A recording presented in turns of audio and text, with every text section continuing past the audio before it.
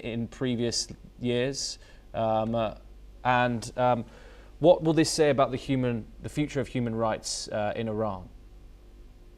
Yes, these protesters are different from what we have seen. It's the amount of confidence that you find in the protesters themselves. They seem to have undergone some kind of a transformation, gaining confidence, being much more coordinated despite the shutdown of internet, and they're not able to communicate as people are not in the networks on the ground are not able to communicate as they should, and still they are keeping the uprising alive all through the country, despite the fierce crackdown. So I don't see any good options for intervention from outside. I don't believe that will help the cause of the demonstrators on the ground, unfortunately, because Iran has been through this once before, as you mentioned earlier.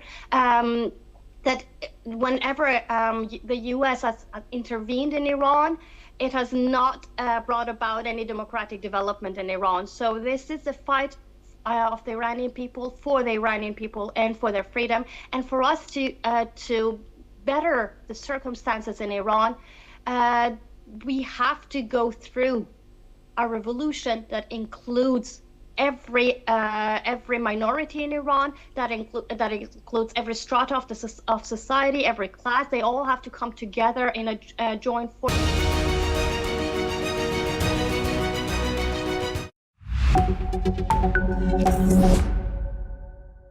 A routine journey turns deadly. A crane collapses without warning. Passengers trapped amid fire and wreckage. Questions grow over safety and accountability. Here's what we know so far.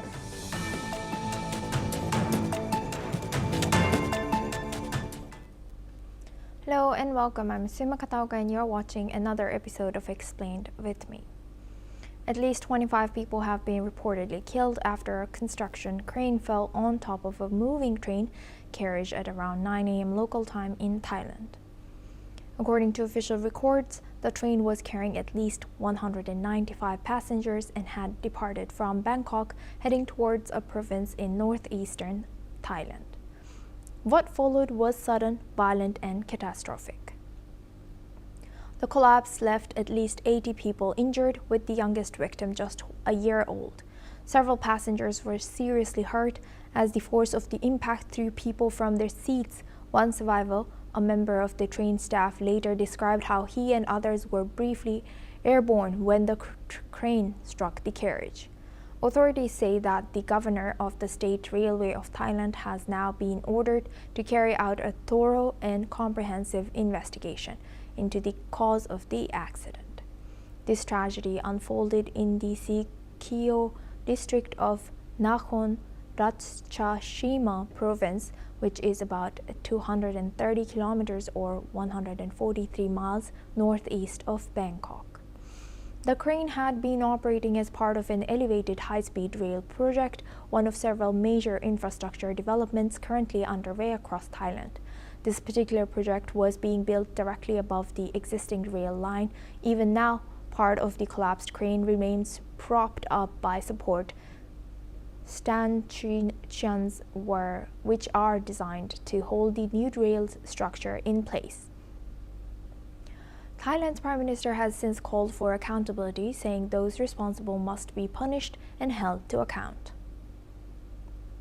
But while authorities focus on responsibility and structure failure, the scale of human loss has remained the most pressing concern. Thailand's Ministry of Public Health has held a news conference to provide an official update on casualties. Health officials have confirmed that based on the initial situation report, there were 86 casualties in total at this stage, including at least 22 confirmed deaths. All recovered bodies were transferred to Sikeo Hospital for identification and post-mortem examinations. They have also detailed the condition of the injured. 64 people were hurt, in which 8 were classified as critical, 19 were suffering moderate injuries, and 37 were sustaining minor wounds. Those seriously injured ranged in age from 1-year-old girl to an 85-year-old elderly person. Let's listen in. รายงานสถานการณ์ล่าสุดเนี่ยก็เราพบว่ามีผู้บาดเจ็บนะครับและเสียชีวิตรวมกันทั้งหมด86รายครับโดยเสียชีวิต22รายครับมีการนำศพส่งโรงพยาบาลศิริแล้วก็มีผู้ที่ได้รับบาดเจ็บรวมทั้งหมด64รายอยู่ในกลุ่มอาการรุนแรงที่อยู่ในกลุ่มสีแดงเนี่ย8รายแล้วก็อยู่ในกลุ่มอาการปานกลางที่เรียกว่าสีเหลืองที่ได้รับบาดเจ็บรุนแรงเนี่ยนะครับมีตั้งแต่เด็กหญิงอายุ1ปีครับไปจนถึงผู้สูงอายุ85ปี However, authorities cautioned that these figures were not final.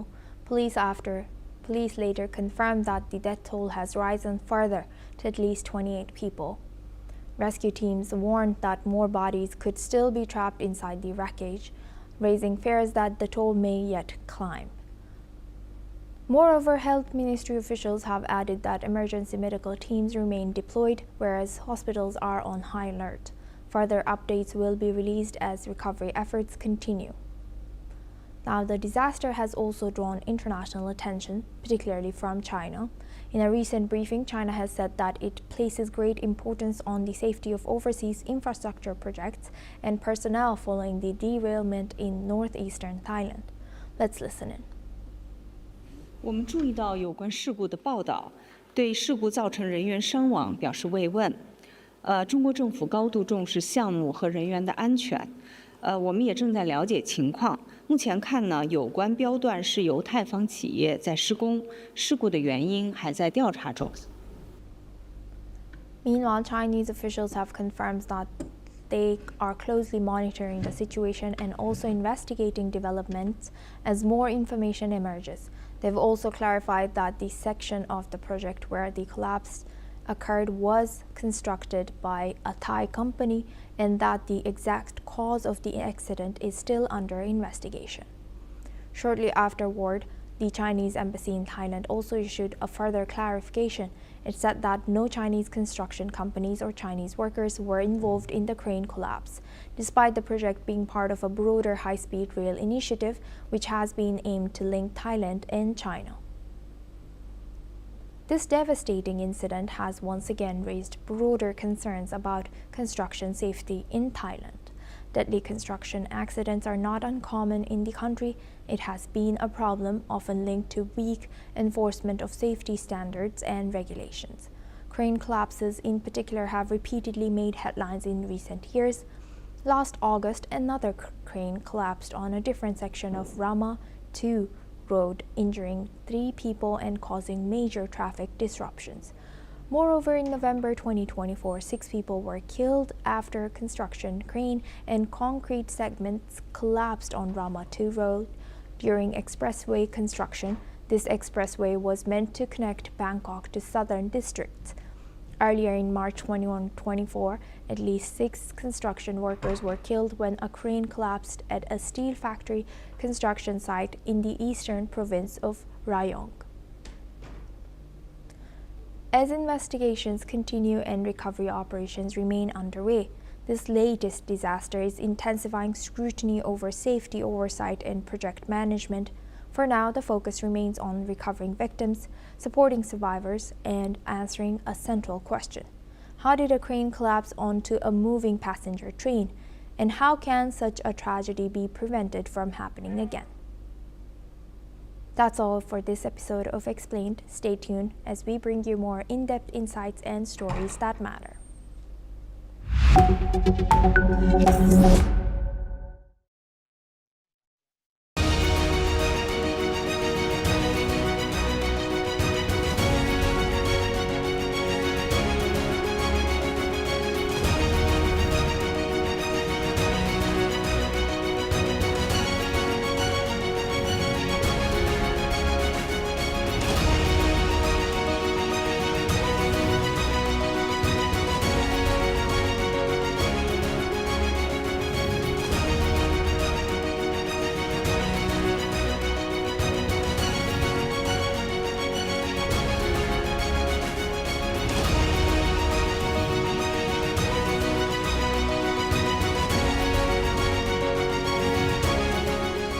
In the midst of death, life persists. In the midst of untruth, truth persists.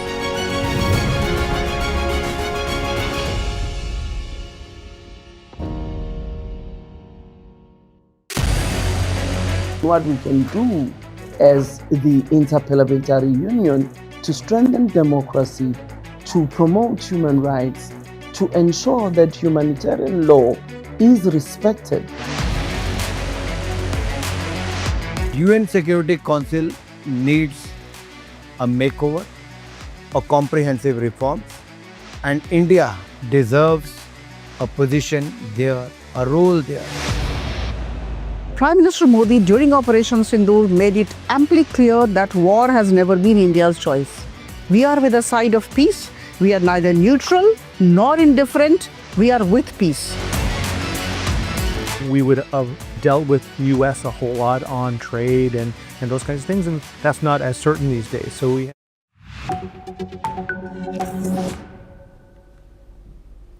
Hello and welcome. I'm Suma Katauka and you're watching the World Report on NewsX World. Let's take a look at the top headlines of this hour.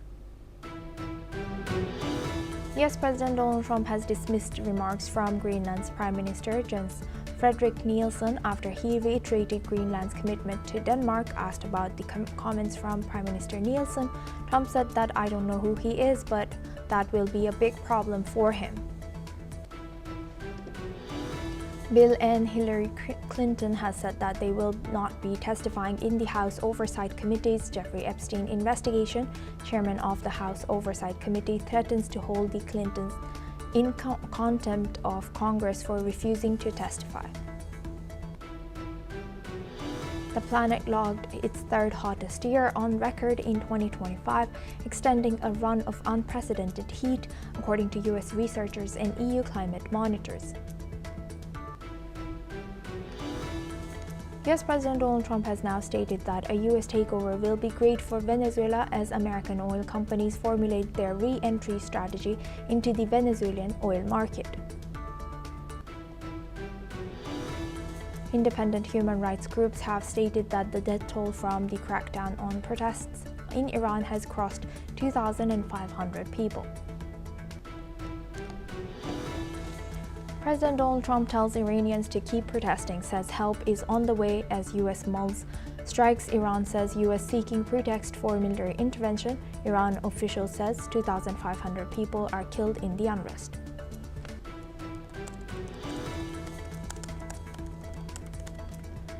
Trump says day of reckoning and retribution coming to Minnesota, where 37-year-old Renee Nicole Good was killed by an ICE agent as protests continue in Minneapolis. Apple signs multi-year deal with Google to fix Siri with Gemini, which the company promised at WWDC 2024, but has since been delayed. Apple had promised 3 big upgrades to Siri to take it on par with rivals like Gemini and ChatGPT. Now for this hour, we start with Iran. According to Iran's commander of the Revolutionary Guard's Aerospace Division, the country's stockpile of missiles has grown significantly since last year's 12-day war with Israel. He has emphasized that the country is at the peak of its military readiness, with wartime damages repaired and missile production surpassing pre-war levels. This statement comes amid rising tensions, particularly with US President Donald Trump's recent threats of intervention and ongoing anti-government protests in Iran. The increase in missile capacity highlights Iran's ongoing focus on bolstering its defense capabilities. Now, for this discussion, we welcome retired Major General Sudhakarji. He's a senior strategic and international affairs expert, joins us live from New Delhi. Thank you very much, Major General, for joining us once again. Good to see you. Thank you. Thank you. Major General, now looking at Iran's capabilities, how do you analyze this situation? What's their capacity like? Are they? Do you think they will be? Do you think we can believe that they have this huge stockpile right now and they are ready to counter attacks? That's a moot question, Soma. Good evening. Thank you for inviting me to your channel. Thank you. And it is anybody's guess, but the fact of the matter remains that between June and January, almost about more than 6 months have passed by, and Iran does have industrial defense industry capability to rejuvenate itself and go in for escalating or speeding up the production of missiles and warlike stores. First thing that comes to my mind as a military man is, does Iran have adequate air defense to beat or face the attacking echelons of USA?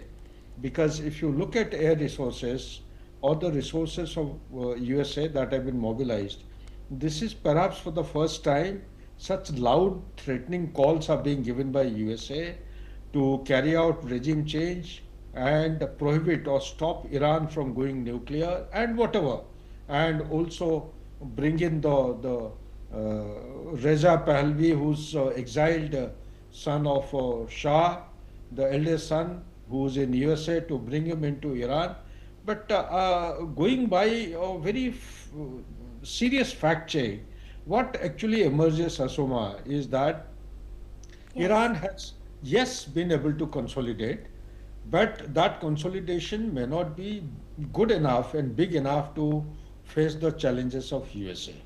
Okay, that is the first thing, the air defense. Air defense, I have got the list of air defense weapon systems they have been able to revive or produce between June and there are almost about 1,700 anti-aircraft guns, including 14.5 mm ZPU-2/4, 23 mm ZSU. This will mean nothing to common civilians who listen to all this, but they have sufficient. But that sufficient number of air defense is not good enough to actually beat the cyber, the electromagnetic attack, and the terminal guided missiles, which may be launched from aerial platform as also from standard platform. Now, having said that, Iran has got a huge arsenal of missiles, starting from, say, surface to air missiles, surface to surface. They have tactical, medium range and long range missiles going right up to Israel and the coast of Mediterranean and maybe up to Turkey. But one thing which is not getting highlighted is the number of hypersonic missiles and the Kaji Kamed, the killer, what do you call that? The killer drones. They have got a Shine variety of drones which are available with them. They can be used by the proxies who are operating, call it Houthis, call it the Hamas or Hezbollah, as also Hadil al-Saib and the militias who are operating in Iraq in proximity of Israel. But the most important out of all this is that America, as on today, they have not mobilized a single aircraft carrier. Whenever they go to launch any attack on against any nation and leave alone the regime change, at least one aircraft carrier should be standby. The aircraft carrier which were there near the Bahrain headquarters has got sidestepped to Caribbean waters for the operations which were launched against Venezuela. That is yet to be reverted back to Bahrain. That is Gerald S. Ford, and no other aircraft carrier. All the 11 aircraft carriers of USA, they are committed on ground. They have not left their docks or the bases wherever they are deployed. So in absence of an aircraft carrier, I have my doubts whether they are serious about the attack against Iran. Although the report suggests that there are huge aerial resources which have been mobilized to Europe and Middle East, etc. etc. Number two, there are minimum 19 bases of America which are there in Middle East. All the 19 bases are within the target range of Iran. They have been some of them have been targeted in the past, and this time I also suspect that they will be able to neutralize, if not all, the majority of these bases where the American soldiers are deployed, as also the warlike stores, including the aerial assets. Third and most important thing is the effectiveness of the defensive measure of the US forces which are deployed, namely the Patriot missiles. Whether the Patriot missiles will be effective or not, take your mind back to 2019 against the Aramco, and the Houthis had actually carried out attack against the Saudi Arabia oil refinery, and they had managed to penetrate through the air defense ecosystem which had been deployed and target and hit the targets they had selected initially. So therefore, it is going to be a very difficult thing as per the ground resources seen and visible as per the satellite images as of today from America, until unless the number of aircraft, the aircraft carriers, the frigates, they come in. And last but not the least, that the Strait of Hormuz is a very important landmark which is dominated by Iran and its IRGC as also conventional forces. Almost about 20% of the global trade and oil passes through this. So therefore, any interdiction activity by Iranian forces will also impact the flow of oil along the sea of lanes of communication, thereby putting pressure on the oil market of the global order, which willy-nilly will impact USA as well. So under these circumstances, it is very premature to say that is USA genuinely going to carry out attack, or it is a kind of a isolation measure, or it is an investment around Tehran, or although the CIA modules are already operating in Iran and particularly in Tehran, but taking advantage of the protest. Even the protest is also divided. These are not genuine protesters. There are some people who are protesting against the regime and demanding regime change primarily because of the weak economy. And some of them are being provoked and instigated by the CIA modules and the Mossad module to carry on with this thing, so that when the time comes, maybe 5 or 6 weeks from now, when the resources of American armed forces are mobilized and they invest around in the proximity of Iran from all sides, only then perhaps we may anticipate some kind of an attack, unless he is planning to do something like operation which hijacked Maduro from his bedroom and his wife and took him out. But my gut feeling is that the supreme leader of Iran, he is under excessive pressure. He may be exiting Iran anytime soon, maybe Moscow, maybe any other country, and therefore it may be almost in the proximity or close to a situation wherein America will have a field day, will have a field run right up to Tehran and carry out the regime change anytime soon than that we expect. Back to you, Asuma. Thank you very much, Major General Sudhakarji, for sharing that. Please stay with us as we come back to you for our next discussion as well. Now, moving the focus on to Europe, Finnish Central Bank Governor Olli Rehn has said that any loss of US Federal Reserve independence would push up inflation and might even endanger financial stability, as he expressed full solidarity with Fed Chair Jerome Powell.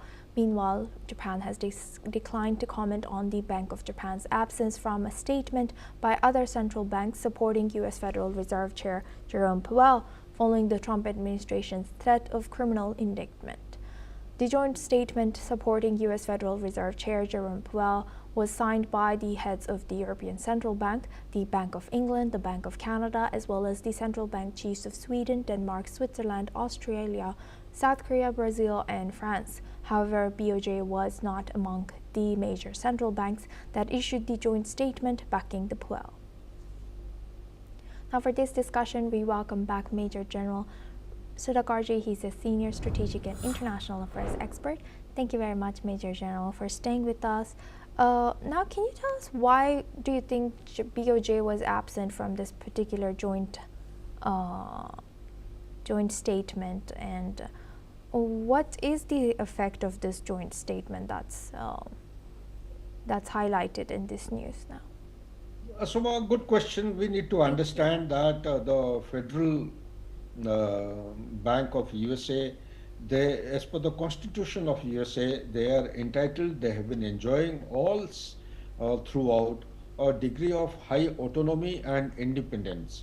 And Donald Trump, right since his previous tenure, he has been putting pressure against them and trying to dictate terms. And in the current ongoing term, he has come down very heavily on the senior officials, particularly the federal governor, to reduce the interest rate. Now, to reduce interest rates arbitrarily, because that is what Donald Trump feels, by reducing the interest rate, you will be able to bring down the inflation, you will be able to bring the cost of products down, and you will be able to rejuvenate the economy, without understanding the deeper complexities of invisible and visible components and factors which impact the economy of a country like USA. So therefore the autonomous status has been empowered to the federal, and whenever a pressure like this comes, you have multiple banks in the world which are connected with the Federal Reserve, and they do give their independent comments, like you just listed out the Bank of England.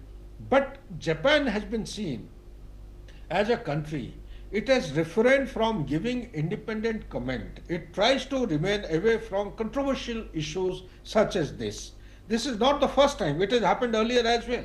So they try to remain, because if you look at the understanding and the kind of relationship Japan and USA, notwithstanding the present impasse, which because of tariff, because of transactional kind of behavior of Donald Trump, notwithstanding that, Japan still continues. For example, I would say the treasury of USA today maintains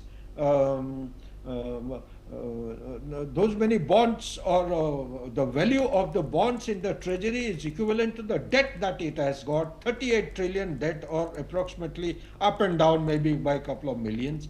So therefore, out of that, Japan is one of the countries. It maintains the largest deposit in the treasury. It's around 1 trillion dollar. Earlier it used to have a large amount, but now recently it has come down a little bit. But it reflects the faith and confidence that Japan maintains to actually sustain the relationship with the USA. Same is the case with UK. These are the two countries. China earlier used to have 3.3 trillion worth of dollars invested in the treasury. It has come down to 746 billions.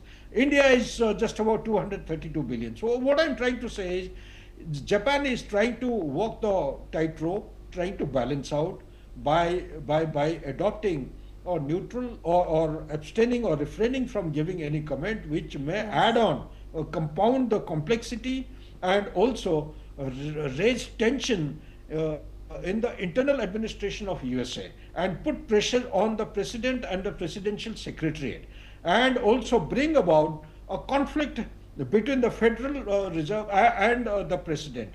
So it is always been seen in the past, as also this time it is nothing extraordinary. As regards the joint statement, it is purely a kind of a neutral stance which is being maintained by Japan. Yes. Japan is of the view that let America handle its internal issues. They won't like to interfere the way the Bank of England has given out a statement in favor of the leadership or the governor, federal governor. That is all I have to say, unless you have some other question, please. Right. That's all. Thank you very much, Major General Sudhakarji, for joining us and sharing that insight throughout our news.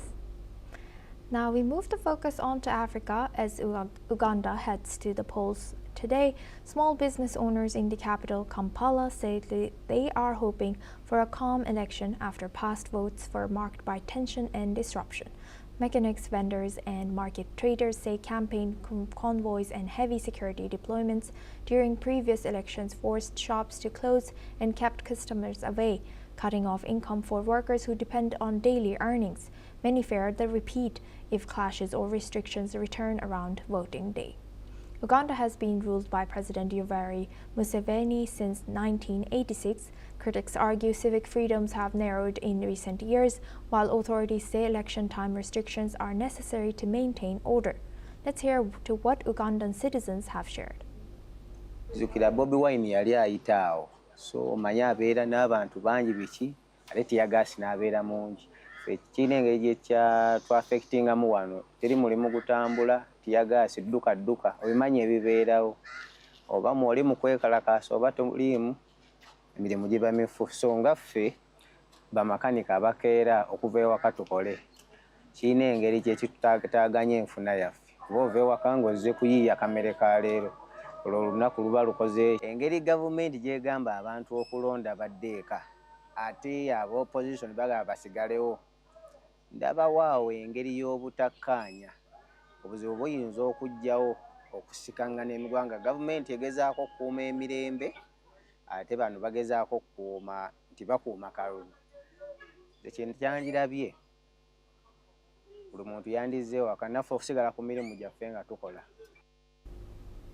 Now we move on to China. China has said that it attaches great importance to the safety of projects and personnel after a train derailed in northeastern Thailand caused by a construction crane collapsing onto 3 carriages, killed at least 25 people and injured about 80 others.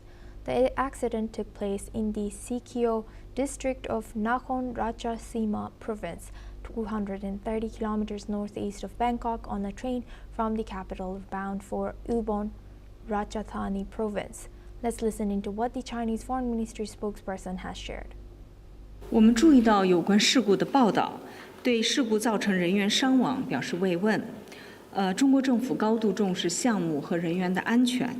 我们也正在了解情况。目前看呢，有关标段是由泰方企业在施工，事故的原因还在调查中。 Now we move on to our tech news. A major corporate battle is playing out in a Dutch court, with chipmaker Nexperia and its Chinese owner Wingtech fighting for control of the company. The case is being heard in Amsterdam, where judges are deciding whether to order a full investigation into allegations of mismanagement. Nexperia's European executives accuse Wingtech of shifting operations and intellectual property to China, a move that previously prompted the Dutch government to briefly seize control of the firm. That decision was later reversed to ease tensions with Beijing. Judges have already suspended Wingtech founder Zhang Shuzheng as CEO, citing governance concerns and potential conflicts of interest. Wingtech argues that its China-focused strategy makes businesses sense given strong demand in the Chinese auto market. The dispute has disrupted chip supplies for car makers, while Nexperia now plans to expand packaging operations in Malaysia. A final court decision is expected later. Now for this discussion, we welcome Tamir Periente. He's the CTO of Truly, specialized in deepfake detection in the communication channels, joins us live from Tel Aviv. Thank you very much, Mr. Periente, for joining us. Welcome to NewsX World. Now, thank you. First of all, how do you view this trial and what are the key takeaways from this situation as it stands today? Yeah, so I see this trial as a test case for how Europe handles strategic tech assets when ownership is tied to China. And we saw many cases like this, right? And the takeaway, I think, in my opinion, today is that this is less about one CEO and more about governments, control, and national security concerns. And the uncertainty is already spilling into operations. So the other takeaways are even more basic. Semiconductors matter. And when the government breaks down, automotive and industrial supply chain feel it fast, as we saw with Nexperia. And can Wingtech actually separate its China facilities following the nationalization of the company in the Netherlands? How would this impact the supply of Nexperia semiconductors? So first of all, they can try, but the clean separation is hard because the supply chain was built to work across Europe and China. Wafer sourcing, packaging, qualification, everything is linked, right? In the short term, separation means more disruption risk and slower recovery, especially for auto, where any change needs a real qualification for the whole process. But long term, I think you might end up with 2 parallel supply chains, which is more resilient, but also more expensive because more of the China pipelines would have to be duplicated into the Europe. Thank you very much, Mr. Pariente, for sharing that. Please stay with us as we come back to you for our next discussion as well. Now, moving the focus on to Taiwan, Taiwan's prosecutors have issued an arrest warrant for the chief executive of Chinese smartphone maker OnePlus, alleging his involvement in illegal business operations and recruitment in Taiwan. According to the Shilin District Prosecutor's Office, 2 Taiwanese citizens have been indicted for helping OnePlus CEO Pete Lau operate without approval and recruit more than 70 employees on the island. Authorities say the staff were hired to work on smartphone software, research development, and testing. The case falls under Taiwan's laws governing relations with China. OnePlus, based in Shenzhen, is a sub-brand of Oppo, which has not commented. Taiwan says its tech sector has become a target for Chinese talent poaching, raising concerns about technology leaks and national security. Now for this discussion, we welcome back Mr. Tamir Periente. He's a CTO truly specialized in deep fake detection in the communication channels. Thank you very much, Mr. Periente, for staying with us. Now looking at this, Taiwan is cracking down on the poaching of tech talent by Chinese companies. Would such arrest be a plausible deterrent? Hello, yeah, thank you. And yes, it can scare companies. Because it tells them Taiwan is not only warning you, it might arrest top leaders if it thinks you broke the rules. But it won't stop everything, because some companies may still try to hire people through hidden or indirect ways. Right.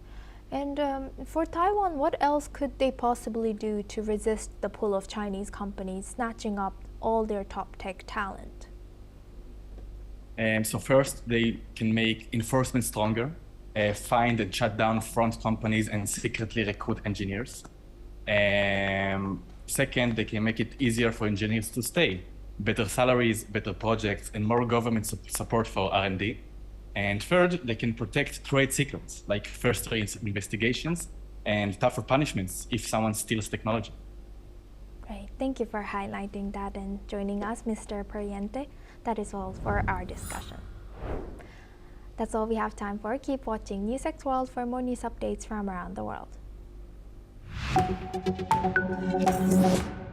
And look at our European partners, our Asian partners.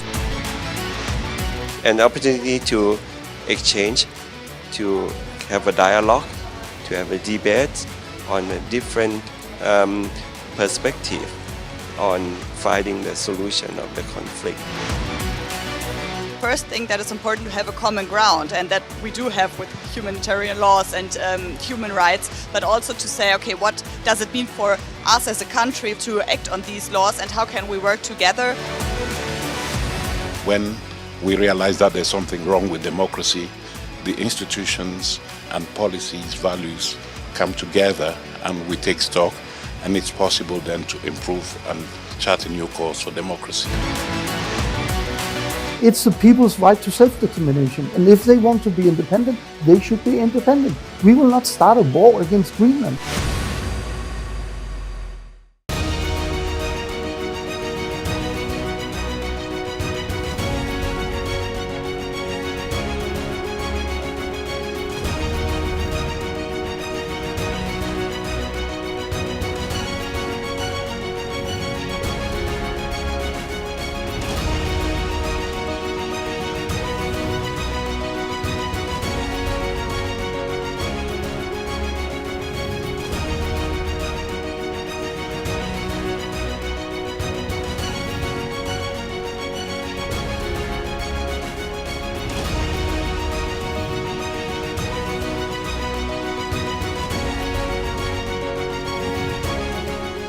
In the midst of this, life persists. In the midst of untruth, truth persists.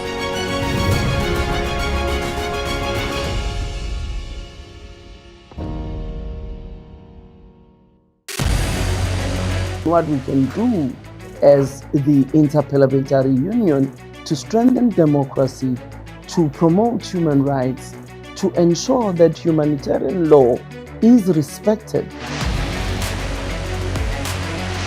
UN Security Council needs a makeover, a comprehensive reform, and India deserves a position there, a role there. Prime Minister Modi during Operation Sindoor made it amply clear that war has never been India's choice. We are with the side of peace. We are neither neutral nor indifferent. We are with peace. We would have dealt with US a whole lot on trade and those kinds of things, and that's not as certain these days. So we have to go back and look at our European partners, our Asian partners. An opportunity to exchange, to have a dialogue, to have a debate on a different perspective on finding the solution of the conflict. first thing that is important to have a common ground, and that we do have with humanitarian laws and human rights, but also to say, okay, what does it mean for us as a country to act on these laws, and how can we work together? When we realize that there's something wrong with democracy, the institutions and policies, values come together and we take stock, and it's possible then to improve and chart a new course for democracy. It's the people's right to self-determination, and if they want to be independent, they should be independent. We will not start a war against Greenland.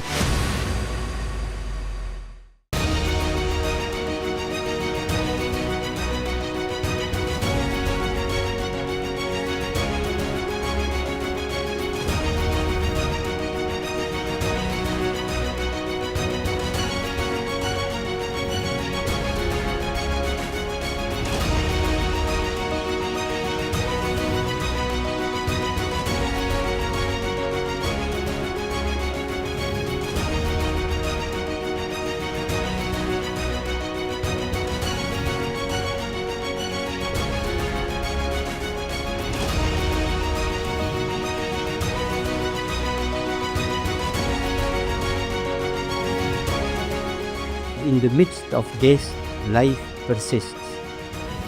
In the midst of untruth, truth persists.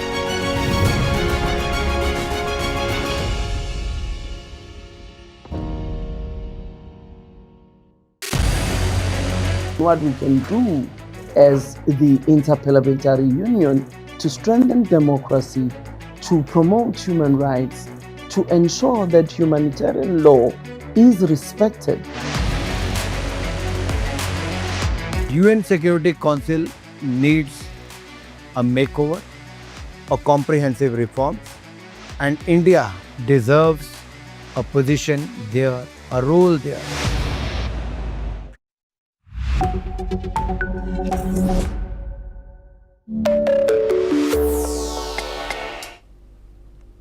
Hello and welcome to Deep Dive on NewsX World. I'm Suma Katauka. Today we continue to follow Iran. Protests have escalated across the country. The death toll has surpassed 2,500 people. Thousands have been detained, and the United States is considering action. But amid all this crisis, one case has become a focus of international attention. Irfan Soltani.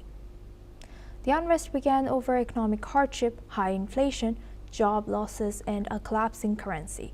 But it quickly turned political. Protesters challenged the clerical leadership, calling for change. Iranian authorities responded with forceful dispersals, mass arrests, and internet blackouts. In this context, Irfan Soltani, 26-year-old, was detained for alleged involvement in protests near Tehran. He was held without access to a lawyer. No formal charges were announced, and his family has been threatened not to speak out. In a rapid 2-day process, Soltani received a death sentence. His case is now central to U.S. rhetoric. President Trump has directly referenced the risk of execution as a red line for American intervention. Trump warned that any harm to protesters would bring very strong action and emphasized that help is on its way. Let's listen in. Now we're hearing that they're going to start hanging protesters tomorrow. So it comes back to the question, have they crossed your red line, or has the line moved? I haven't heard about the hanging. If they hang them, you're going to see some things that I don't know what where you come from and what your thought process is, but you'll perhaps be very happy. What do you mean by that? We will take very strong action. If they do such a thing, we will take very strong action. Well, let's define it in Venezuela. Let's define it with al-Baghdadi. He was wiped out. Let's define it with Soleimani. And let's define it in Iran, where it wiped out their Iran nuclear threat in a period of about 15 minutes once the B-2s got there. And that was a complete obliteration, as it turns out, which is what I said initially. Then some questioned it, and they said, Trump was right. So we've been right about everything. We don't want to see what's happening in Iran happen. And, if they want to have protests, that's one thing. When they start killing thousands of people, and now you're telling me about hanging, we'll see how that works out for them. It's not going to work out. In effect, Soltani's situation personifies the U.S. dilemma.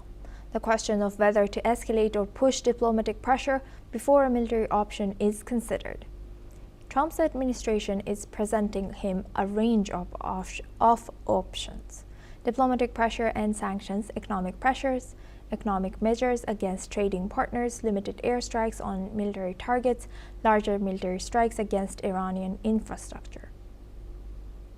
Iran says it does not seek war, but it is ready if tested.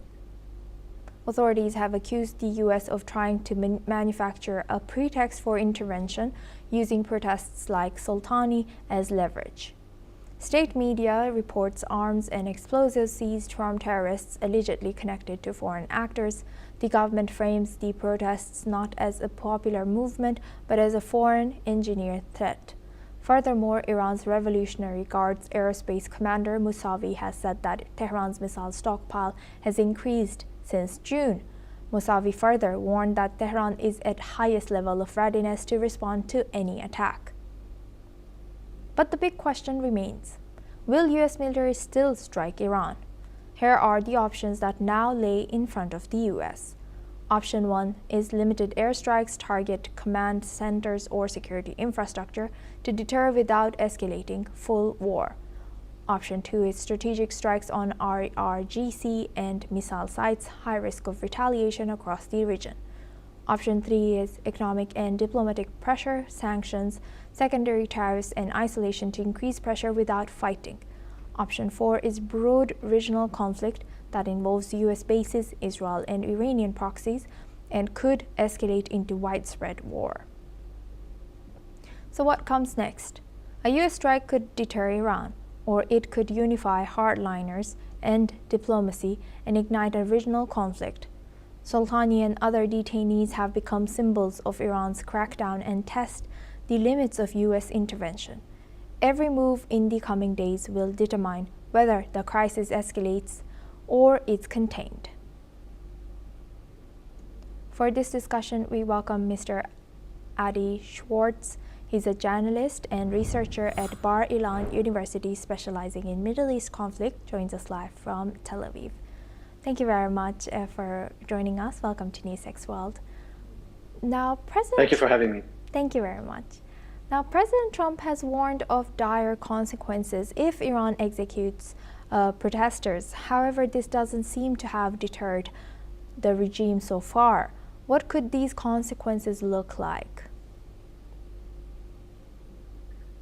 So, it is very difficult to know what the future will be, especially when we're dealing with President Trump, who in the past have shown to be sometimes unpredictable. So everything we say is a little bit problematic. But I think that after so many threats, and President Trump has said very clearly that killing many people during the protests is a red line. It is quite obvious that we have passed that red line. So unless President Trump comes with a very sophisticated or a new phrasing of saying what happened the last days in Iran, I think it would be reasonable to assume that some kind of a response would come from the Americans. I mean, President Trump has raised the volume and the rhetoric so high that is at this stage, I think it would be almost impossible for him to back down. And remember his critic of former President Obama, which for much less casualties, I think dozens of casualties in Syria, has said that that's a red line and then had to postpone or delay or not act upon his threats. And back then, Donald Trump mocked Obama. So I think all of this means that we are about to see some kind of a response from the Americans. Thank you for highlighting that. And Mr. Schwartz, since 1979, mass protests have come and gone in Iran, yet things have continued slipping out of control every time the people rally behind the cause. The regime responds swiftly and furiously. Does it feel any different this time around?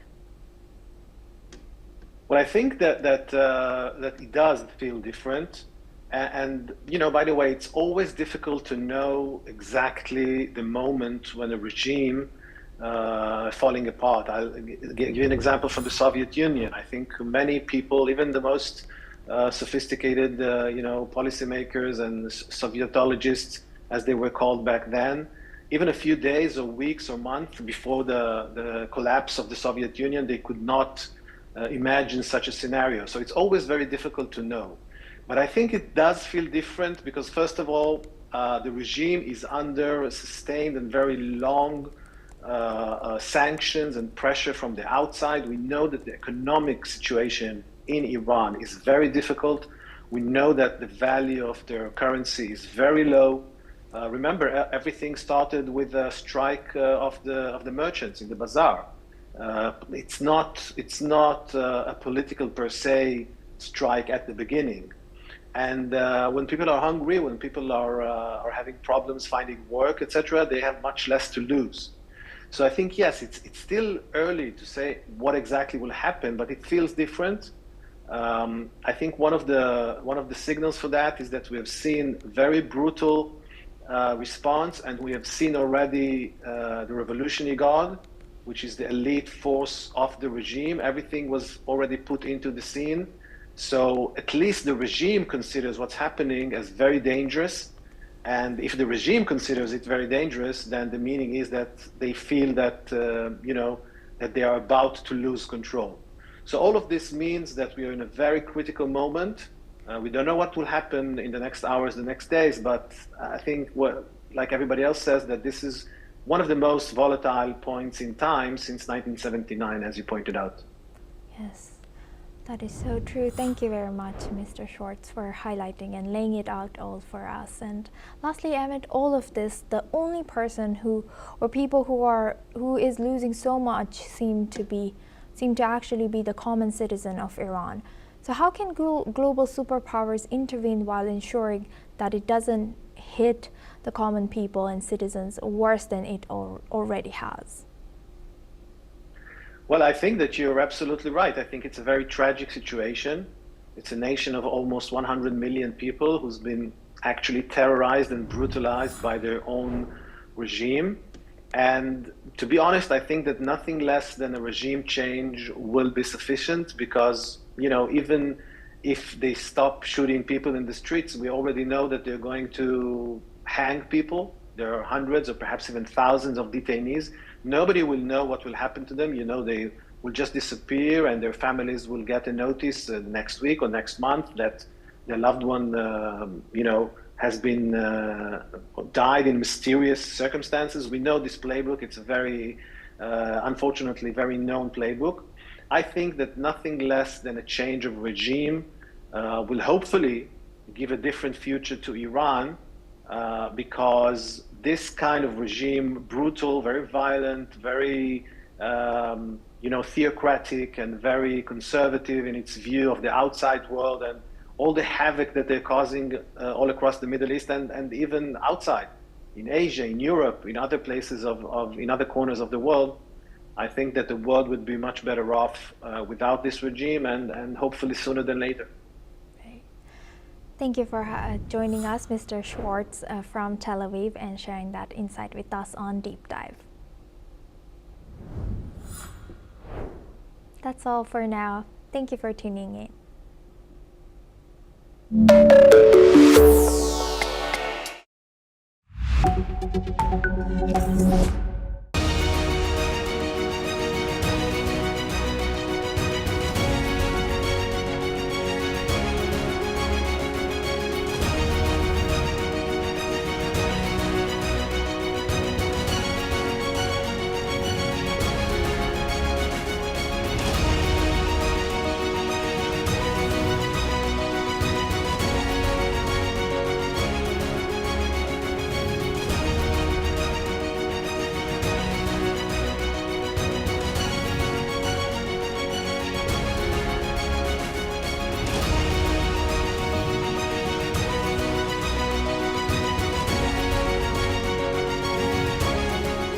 In the midst of death, life persists. In the midst of untruth, truth persists.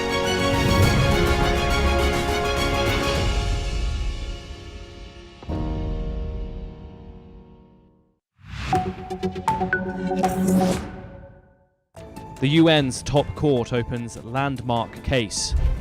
Myanmar stands accused of genocide. The Rohingya people cite 2017 mass atrocities. The World Court faces a new challenge as the world questions its legitimacy.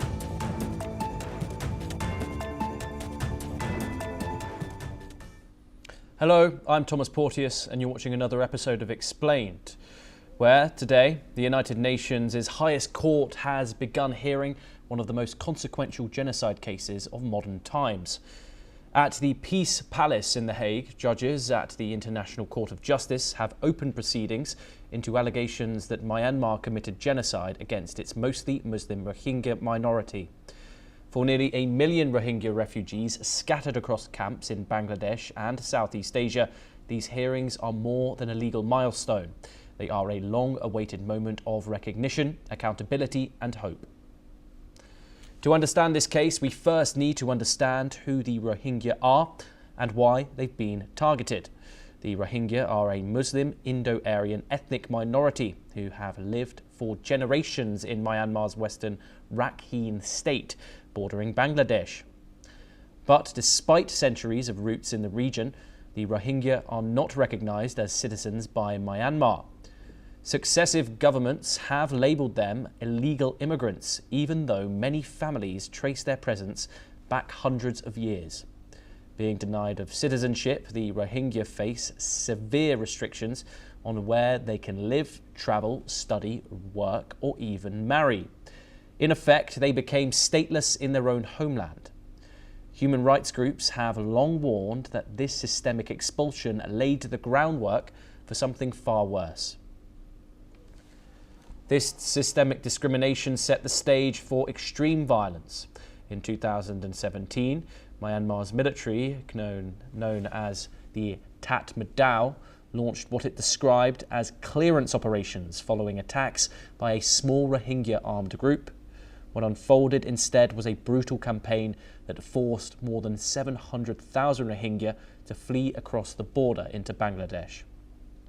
Survivors described mass killings, widespread sexual violence, villages set on fire and families torn apart.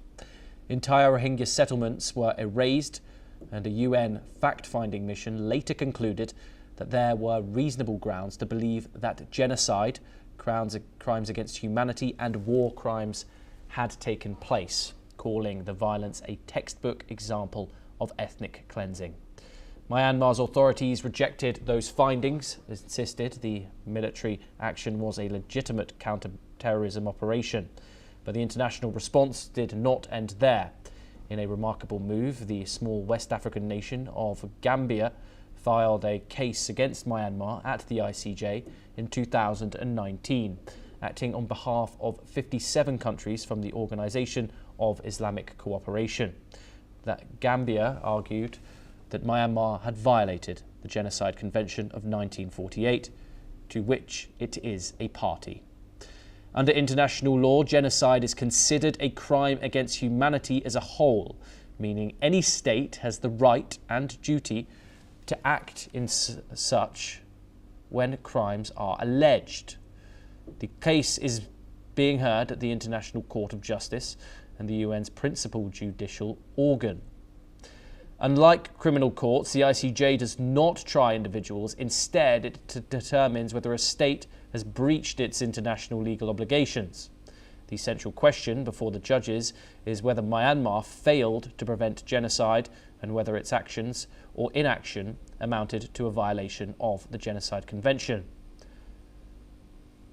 In January of 2020, the court ordered provisional measures directing Myanmar to take all steps within its power to prevent genocidal acts, preserve evidence and report regularly on its compliance.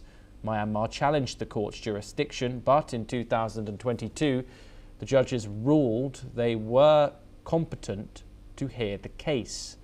Now, in January 2026, the proceedings have entered the merits phase, the most substantive stage of the trial. Over the next 3 weeks, judges will hear oral arguments from both sides, review evidence and listen to expert testimony. Some Rohingya victims will also be heard, though in closed sessions to protect their safety and dignity. Victims said they want the long-awaited court case to deliver justice. Let's take a listen in to what they had to say.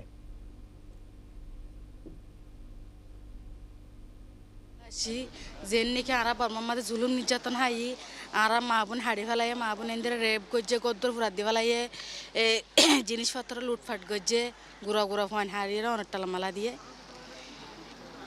এর জিনিস গরম জড়িয়ে আরা তুন দেশের তো বাইর করে দি ফেলাই আরা বাংলাদেশের রিফিউজি ক্যাম্পে আসি আরা এদের বুঝাই দেন যে আই আশা করি দে আসি যে কুড়তুন আরা রেন স্টন দিয়া পড়বে তো জাস্টিক আরা জিয়ান নিকি সার আরা বর্মা ফিরি যাইবালা জিয়ান নিকি আরা আশা করি হিয়ান আরা তো আসি যে কুড়তো আরা ইয়ান সার বিচারিয়ান সার মানে ফুনানি মাঝে আরারে বর্মা স্টম করিও রে মি অলঙ্গারে দর করি ইল্লে জুনুসা টান ন করে ফান আরা ইল্লা করে স্টম করে আসি যে কুড়তো আরা ইয়ান সার Opening the hearings, ICJ President Judge Iwas Iwayuji outlined a detailed schedule that includes multiple rounds of pleadings from both Gambia and Myanmar.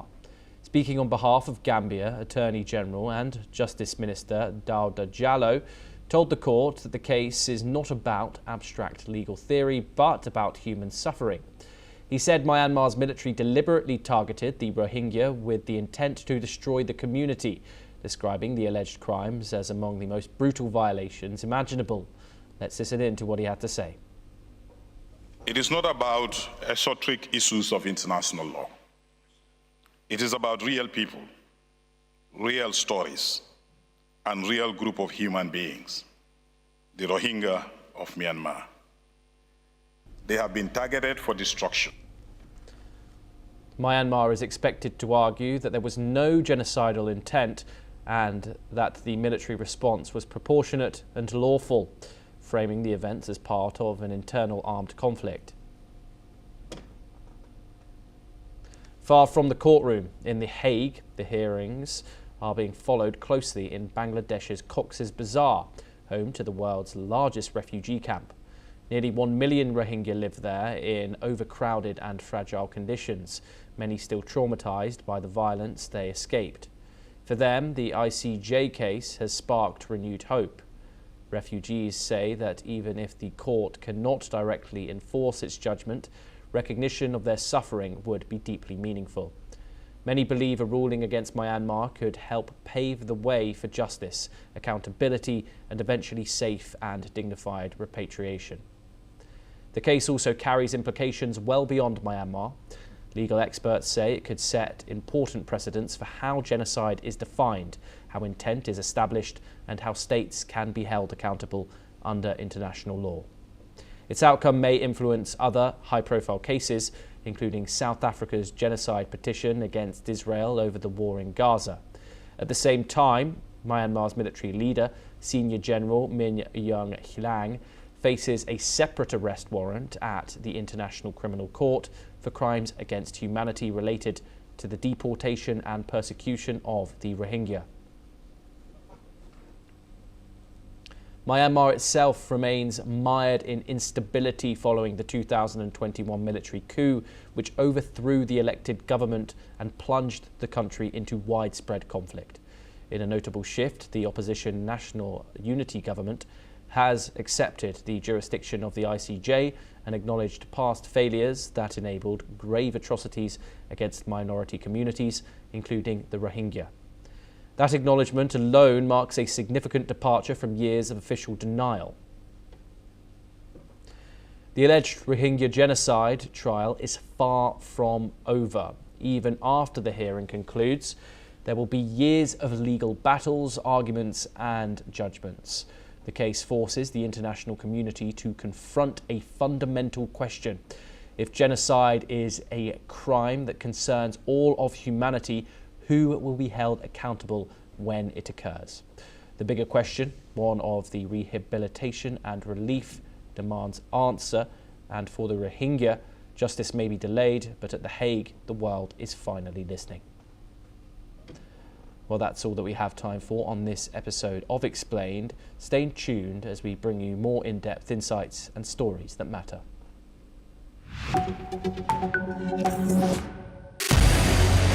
What we can do as the Interparliamentary Union to strengthen democracy, to promote human rights, to ensure that humanitarian law is respected. UN Security Council needs a makeover, a comprehensive reform, and India deserves a position there, a role there.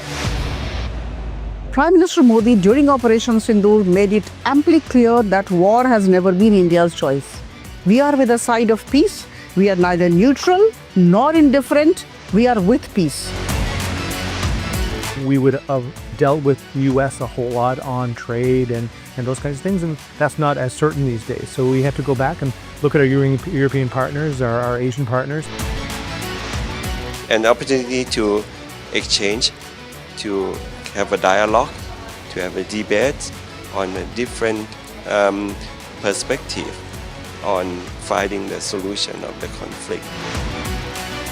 First thing that is important to have a common ground, and that we do have with humanitarian laws and human rights, but also to say, okay, what does it mean for us as a country to act on these laws and how can we work together? When we realize that there's something wrong with democracy, the institutions and policies, values come together and we take stock, and it's possible then to improve and chart a new course for democracy. It's the people's right to self-determination, and if they want to be independent, they should be independent. We will not start a war against Greenland.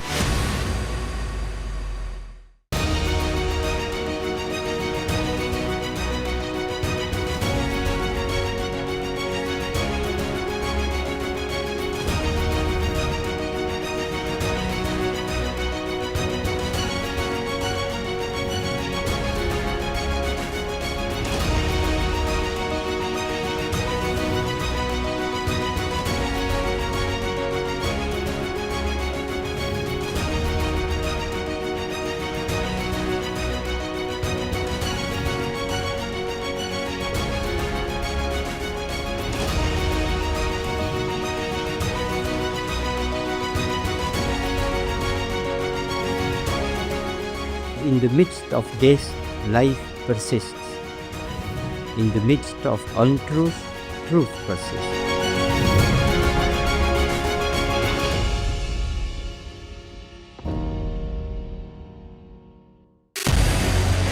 What we can do as the Interparliamentary Union to strengthen democracy, to promote human rights, to ensure that humanitarian law is respected.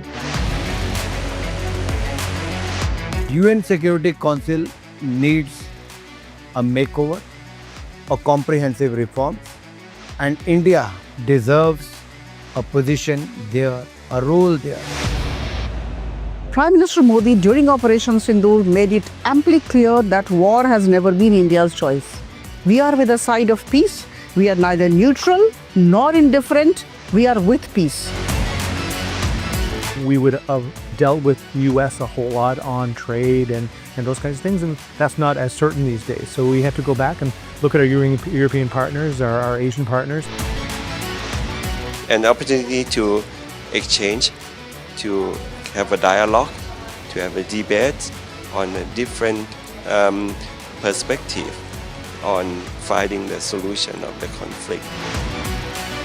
First thing that is important to have a common ground, and that we do have with humanitarian laws and human rights, but also to say, okay, what does it mean for us as a country to act on these laws and how can we work together?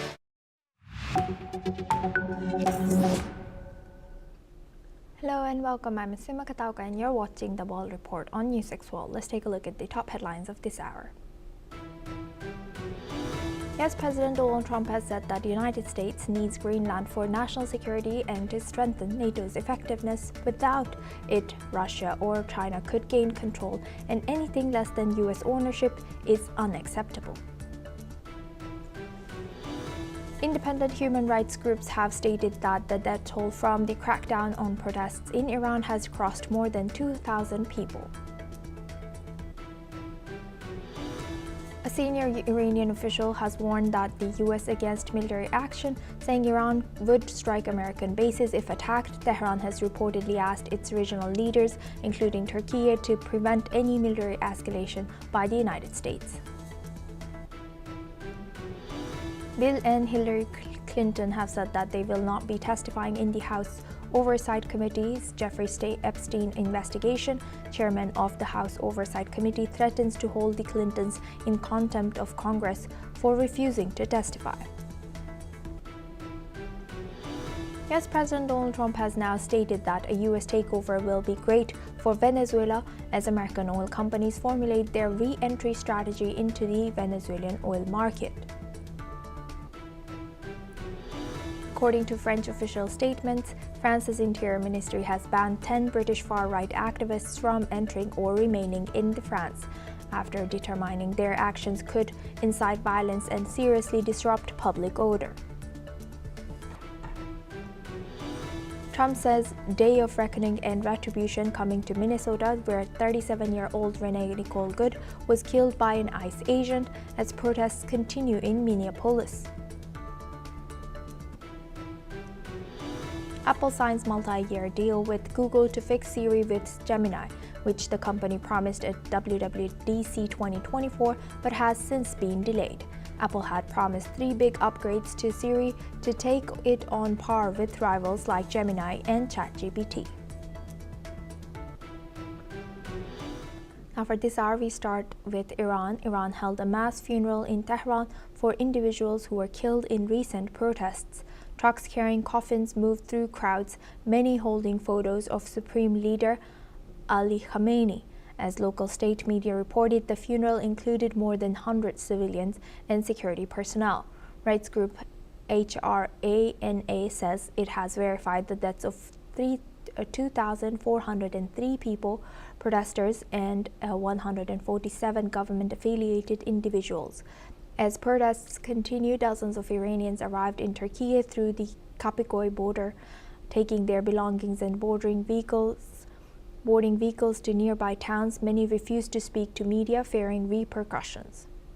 Meanwhile, Tehran has warned neighboring countries hosting U.S. troops that it would retaliate if America intervenes. Now for this discussion, we welcome Mr. Ali Mohammed Abushbak. He's a Middle East researcher, joins us live from Cairo. Thank you very much, Mr. Abushbak, for joining us.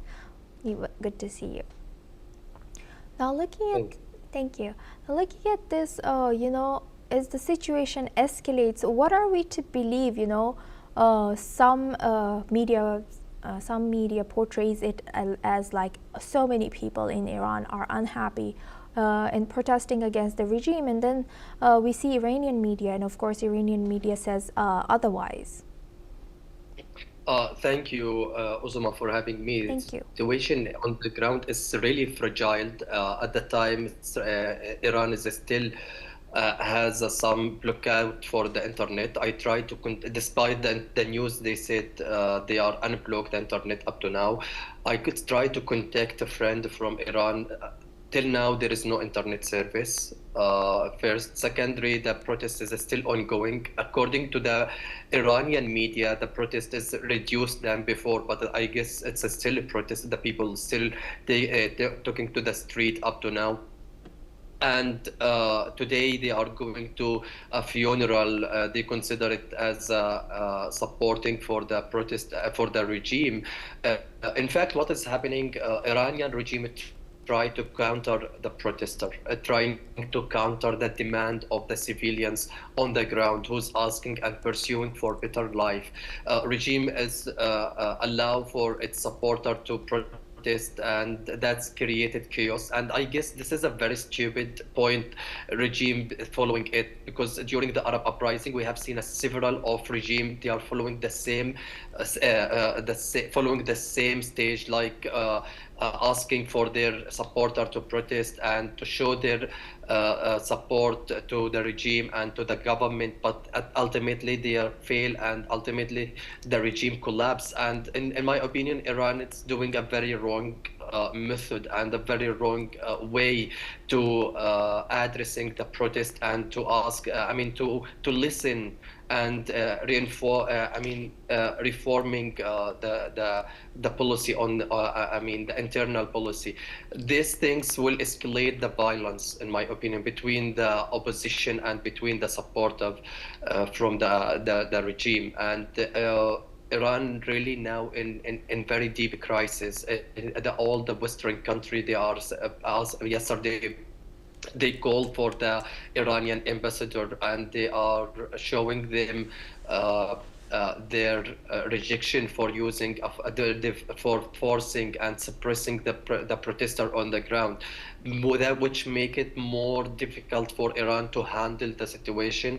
And if you remember Osama in 1979, during the Islamic Revolution, it was in January when the Ayatollah Khamenei he became a supreme leader for Iran after the flee of Shah Iran. So is the time return again? I guess Iran now, the Iranian regime couldn't, and all the situation, it's out of its control, because all the international community lambasting the Iranians' behavior, all the international community supporting the protester and the demand of a protest, and prohibited for using a force and using a military solution to solve the internal issue. That's make it Iran more situation in Iran difficult. About also about the populist speech of Donald Trump and some Western country to wage a war against Iran. This is one of a very far option, I guess, now. Because we have seen Donald Trump yesterday sending a message for the people, for civilians, Right. for ordinary civilians to continue the protest, and the aid, it will come for them very soon. And when they ask him what is the aid, he said, "You will reveal it very soon." So in my opinion, Donald Trump, he become the conclusion. The military solution, it will not make any. Make any solution. It will not make any difference on the ground. It will not make any sense for the civilians. Maybe the people will gather and will support the government again, and that will be as a helping for the government. It will not remove or collapse the government or the regime, because Donald Trump is not giving any attention about the government instead of the whole regime. Yes. So, And, in my opinion, Mr. Bushberg, yes, Mr. Bushberg, what do you think? Now that Iran has asked Turkey to make sure that there's no escalation further from the U.S. or any Western countries, what do you think Turkey's role is here? I guess Oman is the mediating between America and Iran. During the 5+1 negotiation, it was in Oman, and historically the relationship between Oman and Iran, as well as America, it's very friendly and very close, and considered one of the stable relationship. Today, I guess Iran, it's after there is some meeting, it happened in Oman, and the news fled about the ambassador of Iran in Oman. He talked to the authoritarian people in Oman to reach to some solution, but after Oman couldn't do anything, so I guess he turned to Turkey to find, because especially Donald Trump, he's continuously praising Recep Tayyip Erdogan, the president of Turkey. So, and he said consider him as one of the closest friend for him. So I guess Iran is trying to go to the method of diplomatic more than any option to handle the international situation and relationship. And now it's Iran isolated from all the international community. Arab country relationship with Iran it's very it has a tension in Saudi Arabia and Emirates and etc. The whole region, it's not a stable relationship except Oman. Yes, right. And Houthi Yemen. So going through Turkey, and I guess now Turkey will play a good mediator between Iran and America, in my opinion, if they are going to mediate the situation and handle it. And there is a several of news also, Osuma, Yes. that Iran is ready to negotiate about its nuclear program. So all that change in the Iranian policy maybe will make a difference on the ground, but that will not make an Iranian regime acceptable in international community. Iran, it will be isolated, and there is a new things. Rida Shah Pahlavi, he's in the frame as well as in the loop. As maybe they are. I mean, the alternative of the Iranian regime is ready, but that doesn't mean he will be success. Yes. Thank you for highlighting that, Mr. Abushbak, and joining us and sharing that insight with us on NewsX World. Now we move the focus on to our next news. Russian Foreign Minister Sergei Lavrov has sharply criticized the United States over its intervention in Venezuela, saying it undermines international law and contributes to a fragmentation of global leadership. Speaking in Moscow after talks with his Namibian counterpart, Lavrov has said that Washington and its allies were engaging in what he called a blatant violation of international rules. Let's listen in. И другие союзники Вашингтона так стыдливо пытаются избежать принципиальных оценок, хотя всем понятно, что речь идет о грубейшем нарушении международного права, и в целом это говорит о и другие действия, которые мы наблюдаем на международной арене, свидетельствуют о даже не попытке, а о линии наших американских коллег на разлом всей той системы, которая создавалась долгие годы при их непосредственном участии, не только имея в виду структуры Организации Объединенных Наций, но и принципы модели глобализации, которую именно Соединенные Штаты внедряли, апеллируя к таким лозунгам, как свобода рыночных сил, честная конкуренция, неприкосновенность собственности и многое-многое другое, что теперь уже, как говорится, пошло, по сути дела, коту под хвост. И вместо глобализации мы наблюдаем фрагментацию мирового хозяйства. С Венесуэлой нас связывает долгая история добрых стратегических отношений. Мы привержены тем договоренностям, которые были достигнуты. И, конечно, с большим интересом, озабоченностью и симпатией наблюдаем за тем, как венесуэльское руководство отстаивает свои права, свою независимость, при этом проявляя гибкость и выражая готовность к диалогу с Соединенными Штатами. Now for this discussion, we welcome Mr. Andrew Lucidi. He's a war reporter, joins us live from Caracas, Venezuela. Thank you very much, Mr. Lucidi, for joining us. How is the situation in Venezuela now? Do the supporters of the regime think Russia is Maduro's friend or any country who can enforce international law? Well, now the situation in Venezuela is really calm. All it's working. The old service in the capital are working, and the situation it's very calm. There are no chaos, no disorder, no riots against the government, against the power, and there are in opposite a lot of events and initiatives in support of Nicolas Maduro that asking his return in the country. The PSUV, the United Socialist Party of Venezuela, is very active in this way. And at the same time, a lot of local committee, political committee are asking the support of international organizations for denouncing the violation of international rights against this attack, in this American attack in Venezuela. There are a few foreign journalists here because I saw a lot of anti-Venezuelan propaganda in the Western media that are saying that here there is hunting against the journalists from the power structures. But as a foreign journalist in Caracas now, I don't experiment such a situation. Also the situation is also very safe, in my opinion.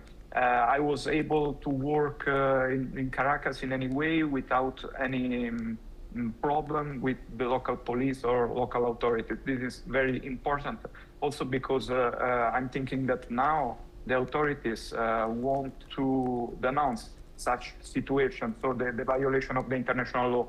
And about relationship with Russia and China, for the Venezuelan authorities, for the activists that are politically involved in the political activity, Russia and China are continuing to supporting Venezuela. Of course, due to the geographical position of the country for China and Russia was almost impossible to support more Venezuela with military equipment or with concrete military help.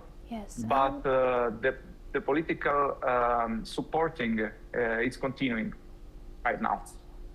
I'm glad, Mr. Licidi, you're staying safe over there. And like you mentioned, the situation is calm, no riots even against the government. Are the people ready for this government by Rodriguez, or is there still appetite for the Peace Prize winner, Maria Corina Machado? Well, Maria Corina Machado here, it seems that don't have the real support of the opposition. We need to remember that at the last elections, at the last presidential election in Venezuela in July 2024, more than 5 million of Venezuelan citizens voted against Nicolas Maduro, also if Maduro win the elections. But in this moment, also the opposition was not ready to come in the street and make riots or disorder like in July 2024.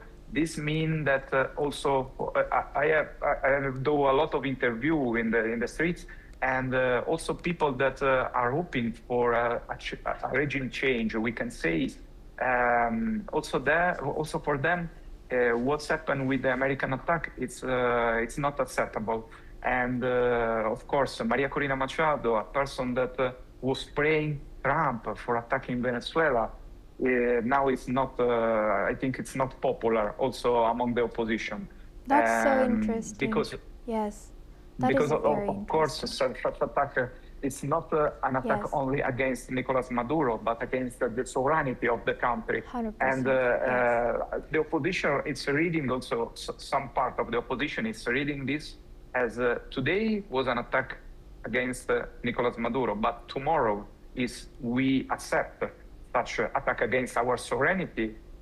Such situation can be repeated against the new leader of Venezuela if they are not comfortable with U.S. policy. Yes, 100%. Very insightful. Thank you very much, Mr. Licidi, for sharing that insight. Please stay with us as we come back to you for our next discussion as well. Now, moving on to Russia and Ukraine. Russia has accused Ukraine of attacking a Greek-owned oil tanker in the Black Sea.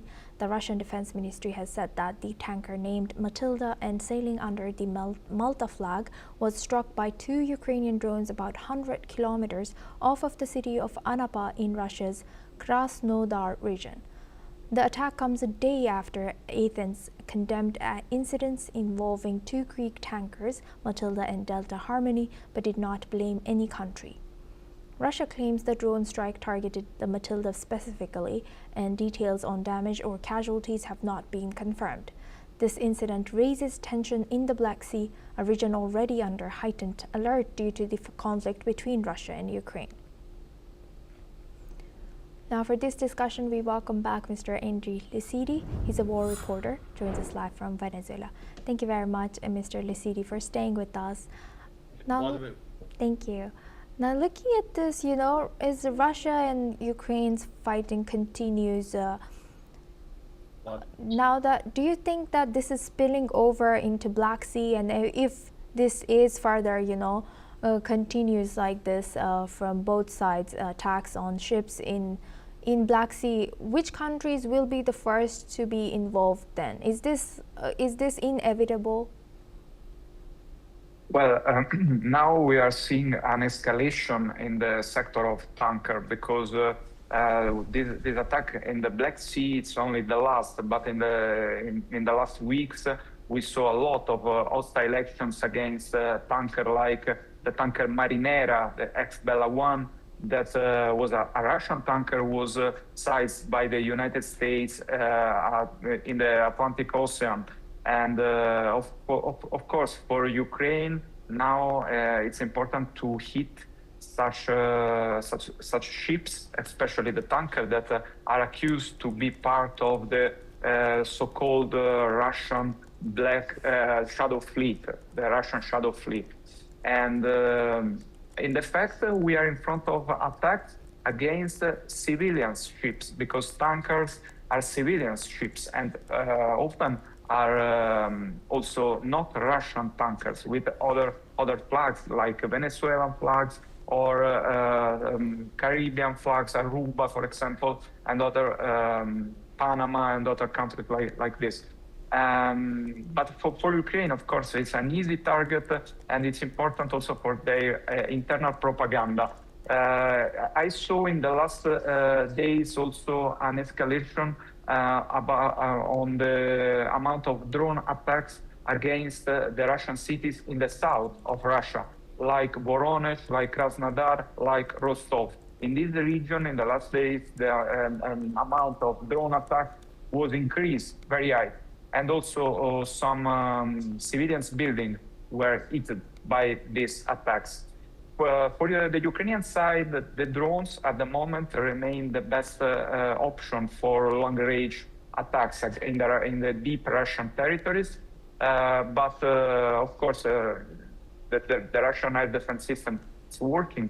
But the drones are specially designed for do such attack deep in the Russian territory, and are made by light material like plastic, polymers, etc., that not always were hit or revealed by radar and air defense system.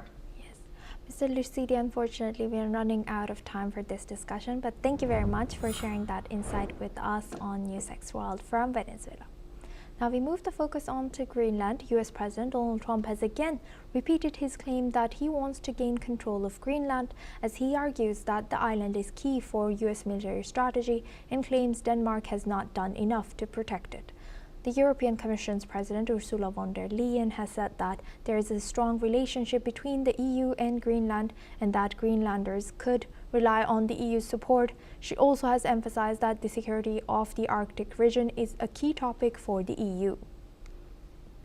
According to her, the European Union will support Greenland and Denmark when needed and will not accept violations of international law, no matter where they occur.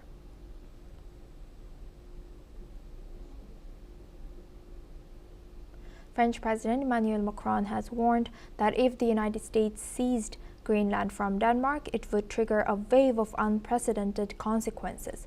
According to Macron, if the sovereignty of a European country and ally was affected, the knock-on effects would be unprecedented. Earlier, the European Commission President Ursula von der Leyen reiterated support for Greenland and said that there is a strong relationship between the EU and Greenland and that Greenlanders could rely on the EU's support. Now for this discussion, we welcome retired Major General A.K. Sivachi. He's a geostrategic expert, joins us live from New Delhi. Thank you very much, Major General, for joining us once again. Good to see you. Now looking at this, as tensions escalate over Greenland and U.S. President keeps eyeing Greenland, how do you analyze the situation and support by EU? Do you think they are capable of countering the President Trump's wanting to gain control of Greenland? How do you analyze their capacity and also their strategy, if they have any? Yeah, very correct. See, as far as Greenland is concerned, it's strategically located, basically North America and Europe, and between the Atlantic, North Atlantic Ocean and the Arctic Ocean. So its location is strategically very important. What happened is that once the temperature has risen now, Earlier, this Arctic land used to be totally covered with snow. The ships couldn't move.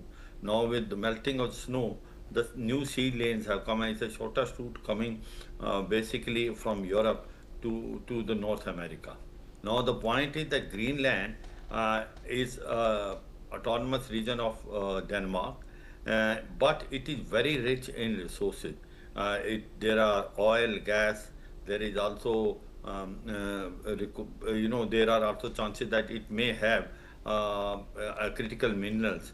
So the point is, US think that if they can have Greenland, it will be better for US for three reasons. One is that it will able to monitor the Chinese and the Russians missiles in that area. It is basically a defensive measure.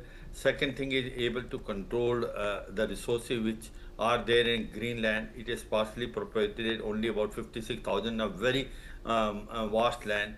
Third thing is that it also covered that the GOEC gap, that is Greenland, Iceland, and UK gap, and also that the airspace base which is there of the US, it will able to guard. So the point is, no denying the fact Greenland is strategically very important to US, and US feel in case the US is not taking over Greenland, then Russia and China may take over, because today Russia and China are having more influence there. Their ships are all over Greenland. Now, can Greenland be taken forcibly, the way Donald Trump is telling? See, the options are three. One is that you buy Greenland because it is basically a Danish autonomic island. It can be bought. Second thing is that if it is not able to be bought, then you can take it with force. That is by militarily the US takes over that. The chances of US taking military are very less. The reason is simple, that Article 5 will be invoked of NATO. It will be a NATO country versus NATO country, and this will be end of NATO. The other NATO partners also will not allow that to happen, especially the French President Emmanuel Macron has already raised a voice. Then what are the other two options left? One is that somewhere in between, that neither you go forcibly nor you should able to pursue, but something in between. But the third option, which is more viable, is able to put pressure on Denmark and Greenland and buy this land. The way US had done in 1917, when they have bought Virgin Islands, which used to be called Danish West Indies Island, but that time by paying $50 million. So I suppose one thing is very clear, that Greenland is strategic location is so important to US that to protect its interest in Arctic, it will like to have Greenland. The question only comes as to what will the modus operandi. Will it be by force, or will it be by compromise and diplomacy, that they sit down together and able to pay them off? Because otherwise the Greenland population, 85% of them do not want to be basically become a part of US. That's the thing. In case if referendum take place, automatically it's not going to happen.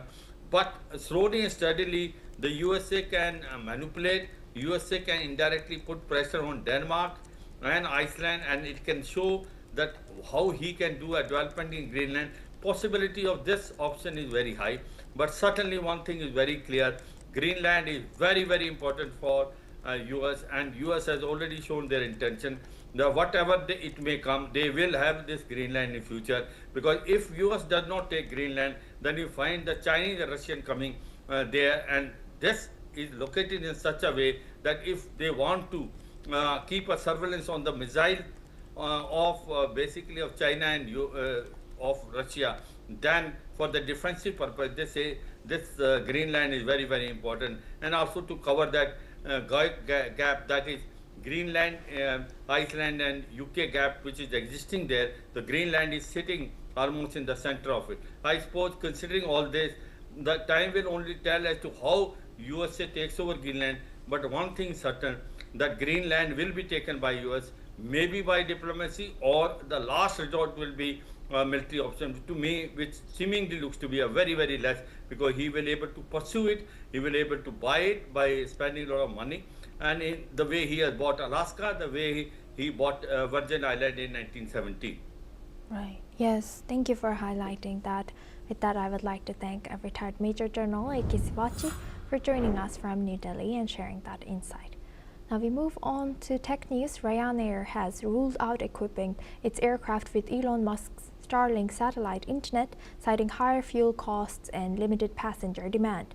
The airline says installing the Starlink antenna would increase fuel consumption by around 2% due to added weight and aerodynamic drag.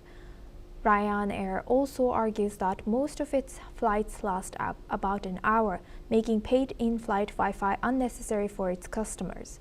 The decision contrasts with moves by rival airlines. Germany's Lufthansa has announced plans to install Starlink across its fleet, while Scandinavian Airlines says last year picked the provider, saying the aerodynamic drag of the system was lower than rivals.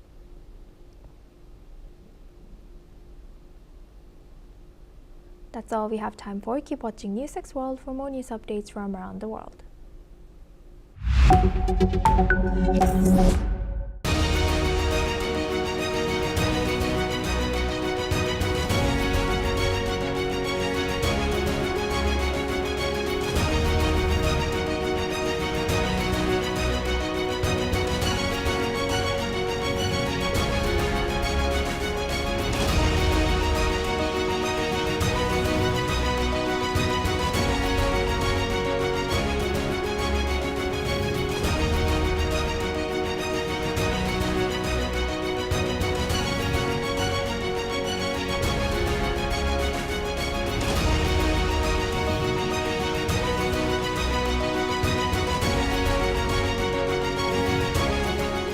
In the midst of this, life persists. In the midst of untruth, truth persists.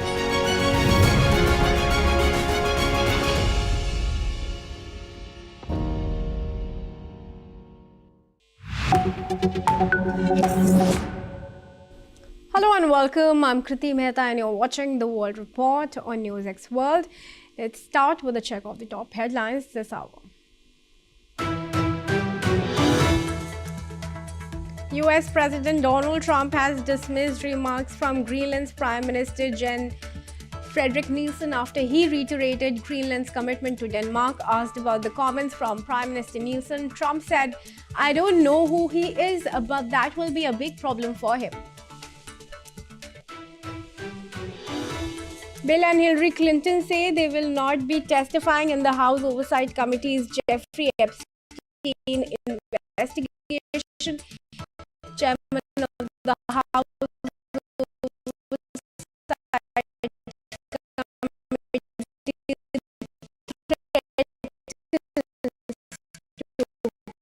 hold the Clintons in contempt of Congress for refusing to testify.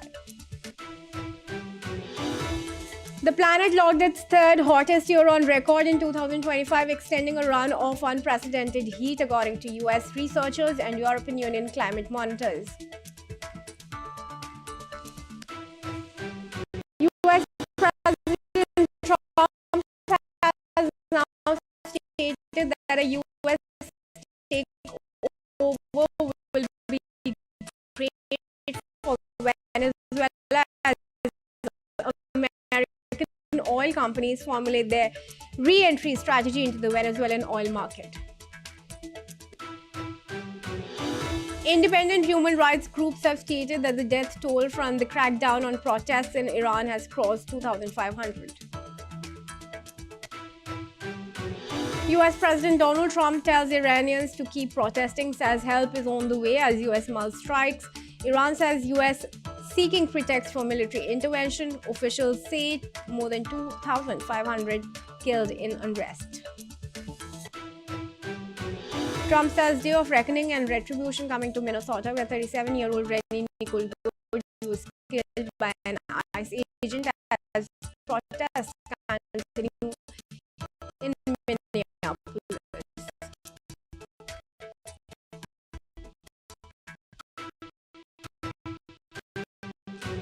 Apple signs multi-year deal with Google to fix Siri with Gemini, which the company promised at WWDC 2024, but has since been delayed. Apple had promised 3 big upgrades to Siri to take on it on par with rivals like Gemini and ChatGPT.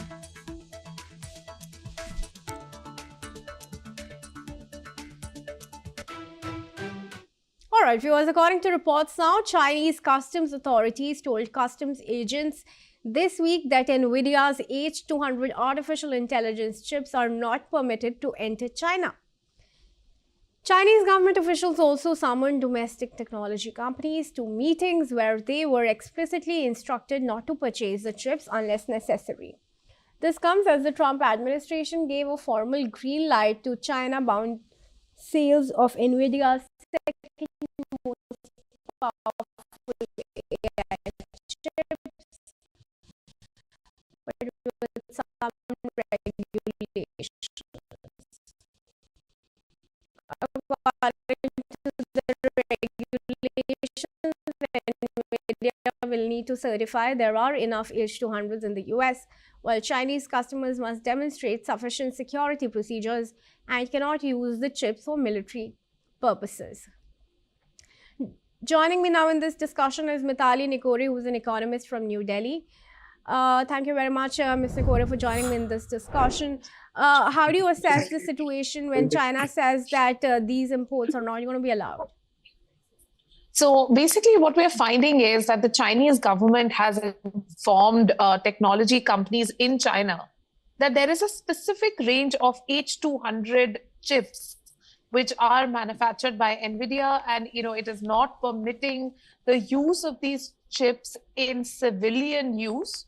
If these are required for defense purposes, then the company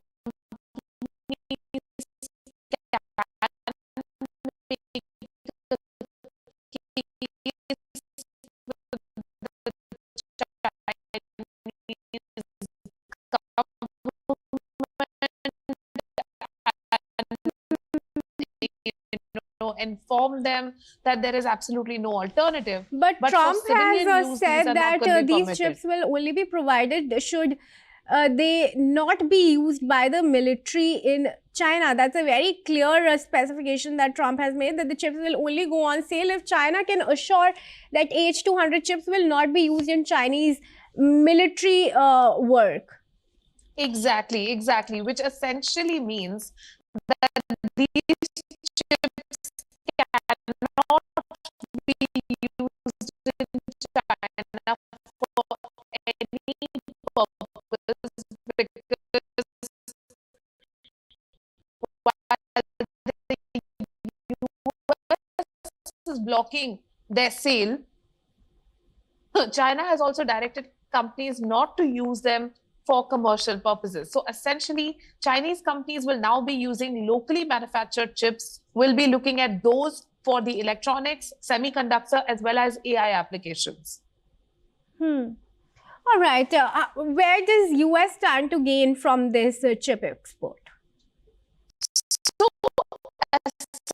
essentially, what the US is trying to block over here is what we term in economics as a transfer of technology. The US believes that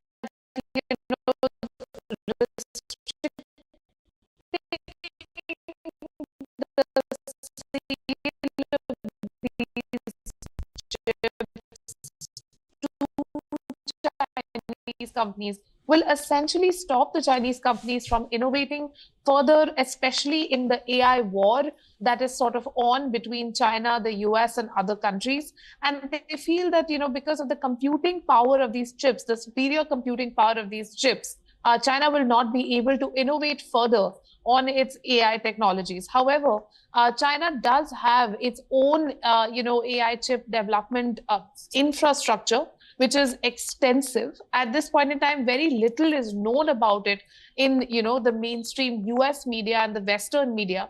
However, reports are coming in from Tsinghua University which actually point to the fact that China has made a lot of progress on its own chip manufacturing infrastructure as well. Does US stand the risk of these chips being cloned by China? Of course it does. I mean, but at this point in time, I would like to say that Chinese innovation and Chinese ingenuity has actually reached a point where we may not even want to term it as cloning, but rather, rebuilding and innovating on top of the existing technology that's available. So what China has done very well for many decades is, of course, clone many of the products, but they have come up with efficiency in their own processes. And even here, the fact that the sale of these chips will be restricted means that China will actually end up coming up with its own chips, which may in fact even be more efficient and higher productivity. All right, sure. Mr. Korea, thank you for your assessment of the situation as of now. We are now going to move ahead, viewers. Turkey is in advanced talks to join a mutual defense alliance formed by Saudi Arabia and Pakistan, a move that could reshape regional security dynamics in the Middle East and beyond. The pact signed by Riyadh and Islamabad in September last year treats any attack on one member as an attack on all. This is a structure similar to NATO's collective defense clause, where Turkey is already a key member, with the alliance's second largest military after the US. Sources familiar with the discussion say such a deal is very likely. If completed, the arrangement would link 3 US allied Muslim nations and could place Turkey under Pakistan's nuclear umbrella. Saudi Arabia does not possess nuclear weapons, while Pakistan is the world's only nuclear-armed Muslim country. The original agreement had emerged amid heightened regional tensions following a failed Israeli strike on Hamas leadership in Qatar, which alarmed Gulf states. Now, Turkey's possible entry reflects shared concerns among Ankara and Riyadh over Iran's nuclear ambitions, while Pakistan too has faced rising security pressures along its borders with Afghanistan and nuclear-armed India. All right, we have retired Major General Sudhakarji joining me in this discussion. He's a senior strategic and international affairs expert from New Delhi. Sudhakarji, thank you very much for joining us here at NewsX World. Which among the 3 players is the most to gain from this new pact? Very intelligent question, Kriti. Good afternoon. Thank you for inviting me to your show. I personally feel that at the moment it's in a formative state. Turkey yet to gain, yet to join. The talks are on. But the country which is going to benefit, and this is in relation to India's security imperative. Country which will benefit immensely are the countries without the nuclear weapon. They're Saudi Arabia and Turkey.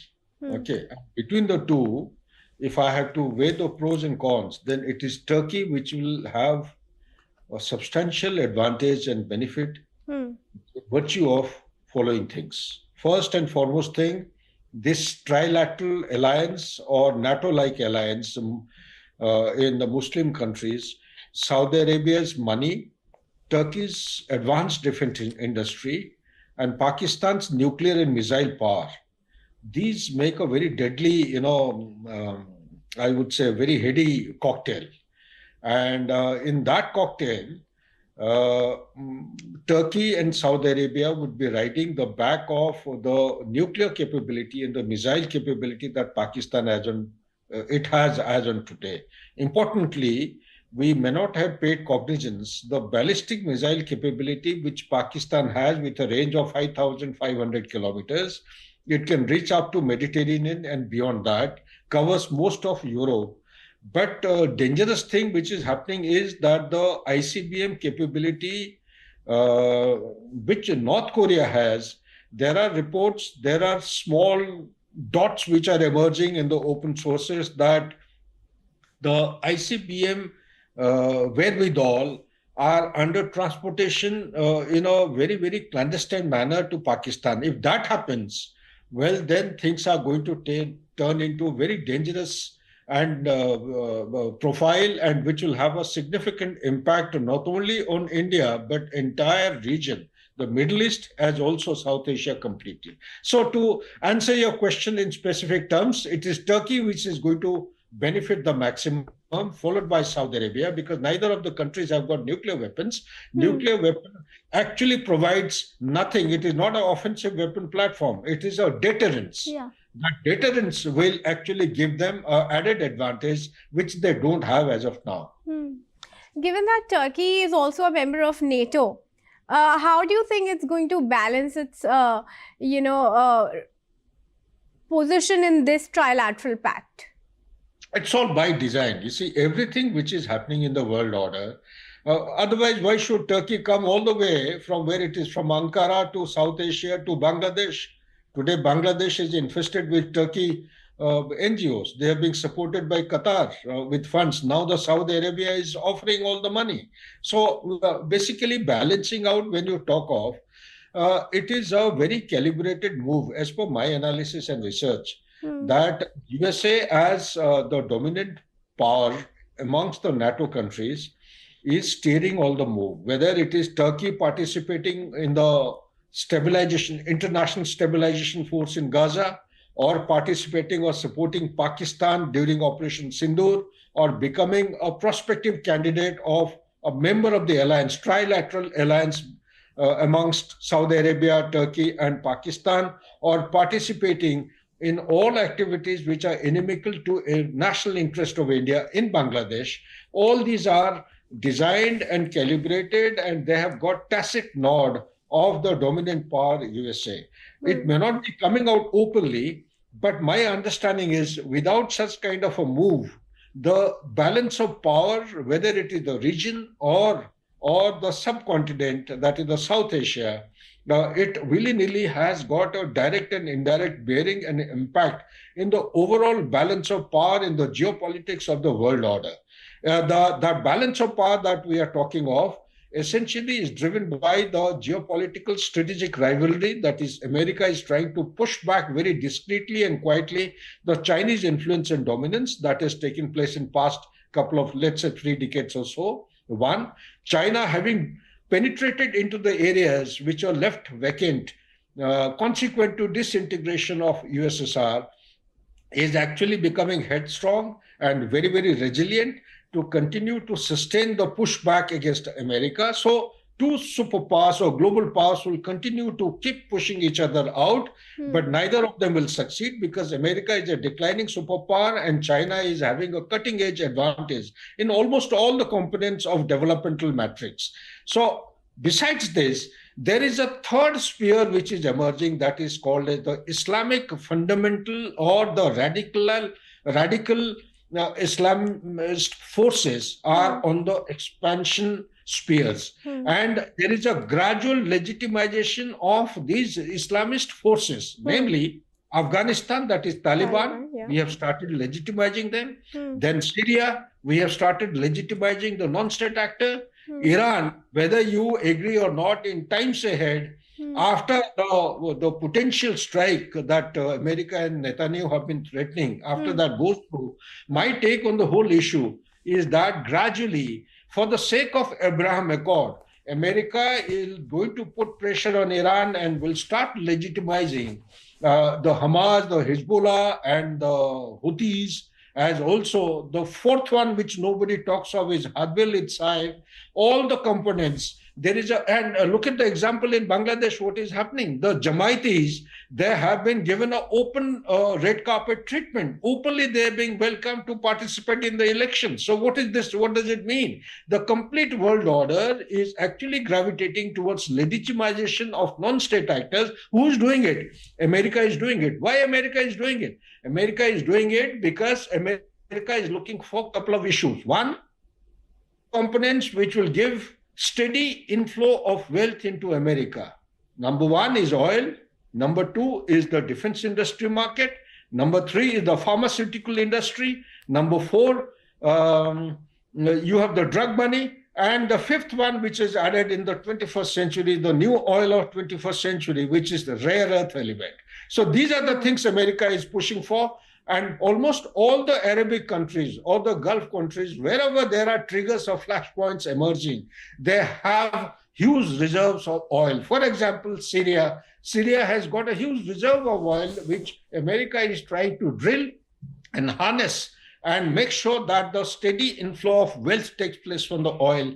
And talk about Bangladesh, there is a huge deposit of gas between Bangladesh and Tripura. Talk about Myanmar, there is a huge deposit of rare earth element. Talk about Nigeria, oil. Talk about the Sahel region in Central Africa, it is oil, minerals, and critical minerals. Okay.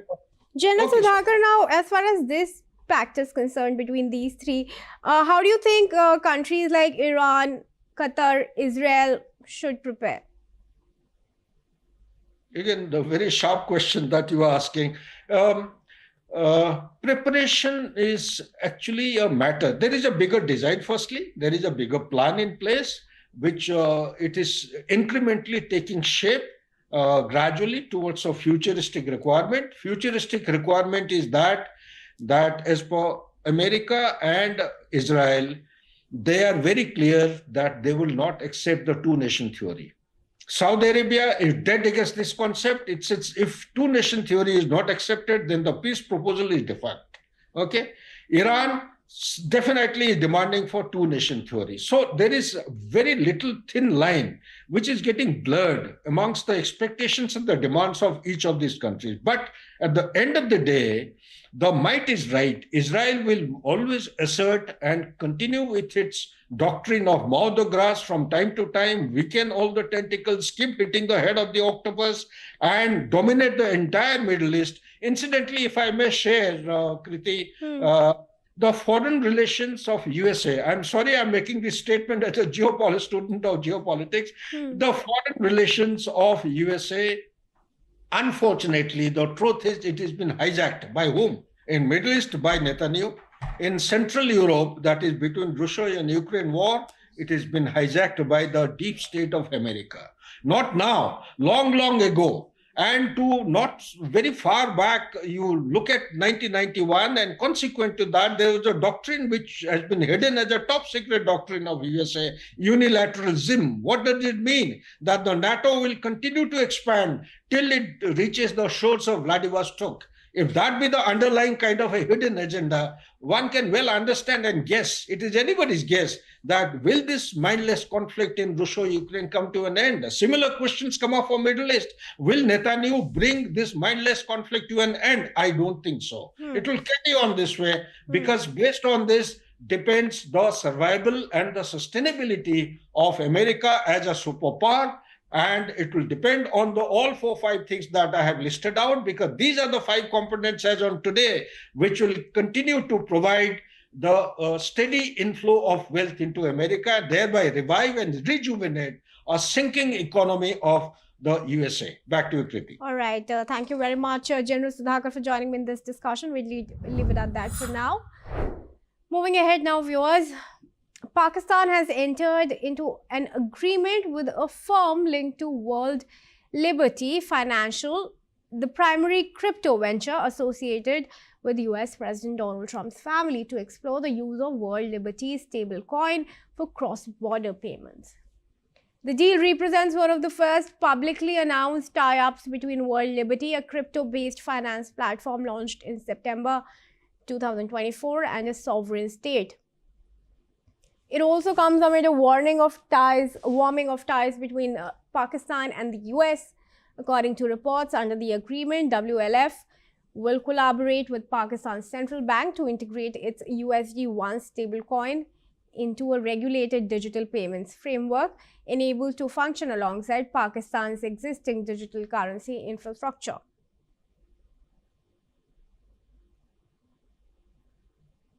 All right, now moving ahead to news from India and US. India and the US have reviewed their bilateral engagement across trade, defense, and energy sectors in a high-level phone call between External Affairs Minister Dr. S. Jaishankar and US Secretary of State Marco Rubio. During the conversation, the two leaders discussed trade negotiations, critical minerals, nuclear cooperation, defense ties, and energy collaboration. The call came a day after the new US ambassador to India, Sergio Gore, assumed charge in New Delhi. Gore has indicated that both sides are discussing the next steps on bilateral engagement and that a possible meeting between senior leaders could take place next month. Earlier, the US envoy also announced that India would be invited to join Pax Silica, which is a US-led strategic initiative focused on securing critical supply chains linked to silicon and advanced manufacturing. I request Mithali Nikore to join me back in the discussion here. She's an economist from New Delhi. All right, thanks, Ms. Nikore, for continuing to stay with us in this discussion. All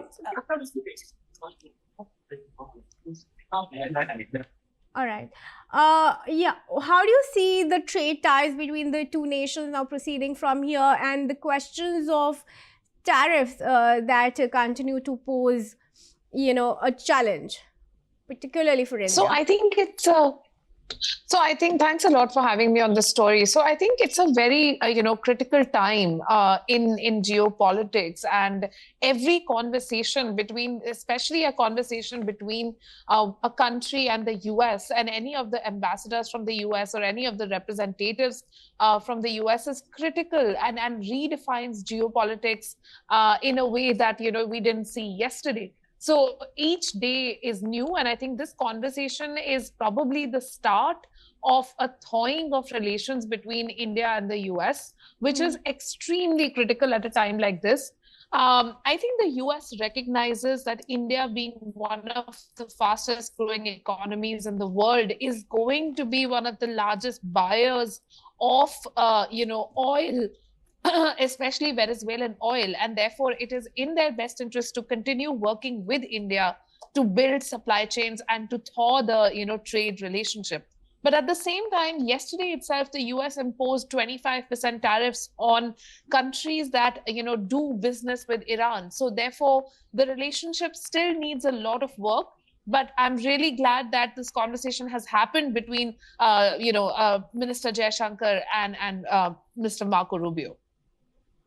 Okay, how do you see the two nations cooperating on energy?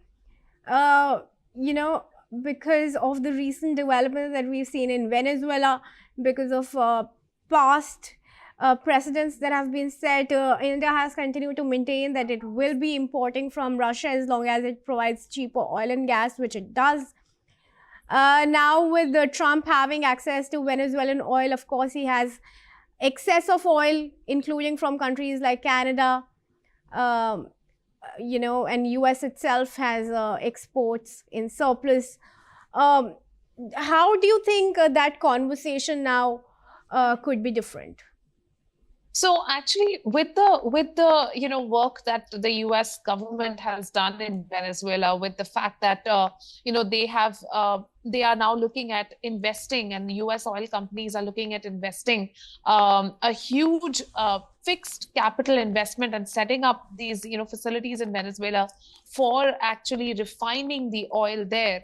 This is a long-term game from the U.S. This is a long-term move from the U.S. because in order to actually extract usable oil assets from Venezuela, it can take up to 5 to 7 years of investment from the US side. In such a scenario, it has to be, such that those purchases will happen. There will be revenue coming on the other side. If you're making investments of billions of dollars, you need to know that someone will actually purchase that oil. And India is one of the countries, being one of the largest buyers of oil, in the oil market. It places India in a very, good position to negotiate trade agreements, to negotiate any sort of deals with the US by guaranteeing that it will purchase oil from Venezuela, of course, as long as that meets our price requirements. Okay, then. Thanks very much, Ms. Nikore, for joining me in this discussion and helping us with your opinions. Viewers, we now move on.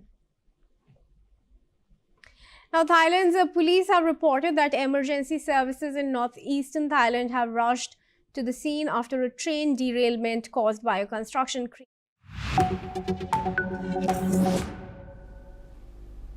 Hello and welcome. I'm Asuma Katauka and you're watching the World Report on NewsX World. Let's take a look at the top headlines of this hour.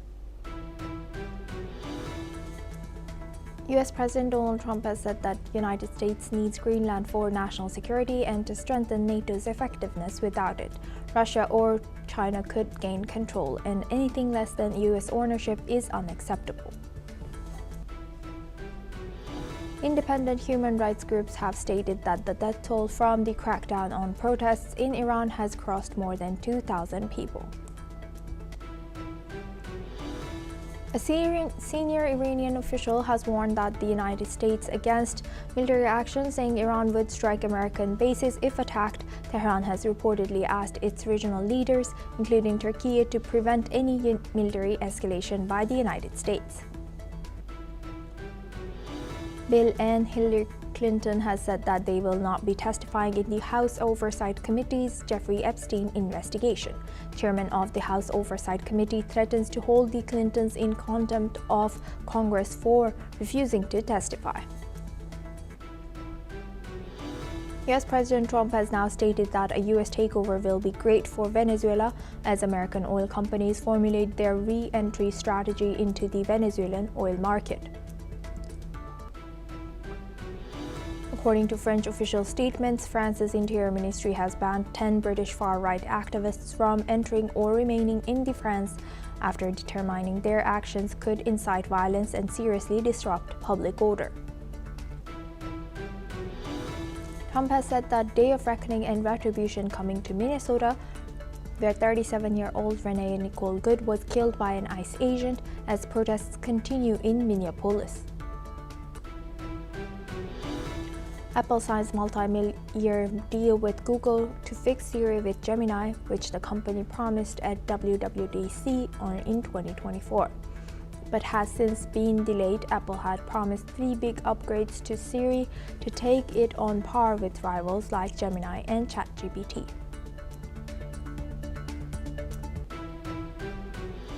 According to a U.S. official, the United States is withdrawing some personnel from major U.S. bases in the Middle East. The official says this move is a precaution amid rising regional tensions. Meanwhile, Russia and Iran are moving ahead with bilateral agreements despite global pressure. Russian Foreign Minister Sergei Lavrov has said that Moscow will continue working with Tehran to implement agreements reached by their presidents. He has added that no third party can change the nature of Russian-Iranian relations, which he said benefit both countries and have been put into action through real projects. Let's listen in. Надо просто работать и реализовывать те договоренности, которые есть между нами и Исламской Республикой Иран, между Россией и всеми другими нашими торговыми и экономическими партнерами. Когда такая мощная страна, как Соединенные Штаты, действует подобными нечистоплотными методами нечистоплотной конкуренции, это говорит только о том, что конкурентные позиции Соединенных Штатов последовательно ухудшаются. Я не думаю, что какая-либо третья сторона может изменить принципиальный характер отношений между Москвой и Тегераном. А этот характер опирается на договоренности, которые были достигнуты между президентами Российской Федерации и Исламской Республики Иран. Он отвечает интересам двух государств, двух народов. Этот характер воплощен в целом ряде практических проектов. Rights group HRANA has verified 2,403 protesters' deaths and 147 government-related fatalities.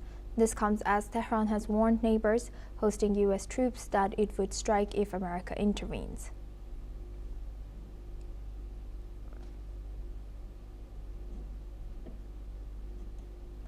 Now for this discussion, we welcome Professor Andrew Latham. He's an international affairs expert, joins us live from Minneapolis. Thank you very much, Professor, for joining us once again. Good to see you. Now, looking at the Iranian protests, how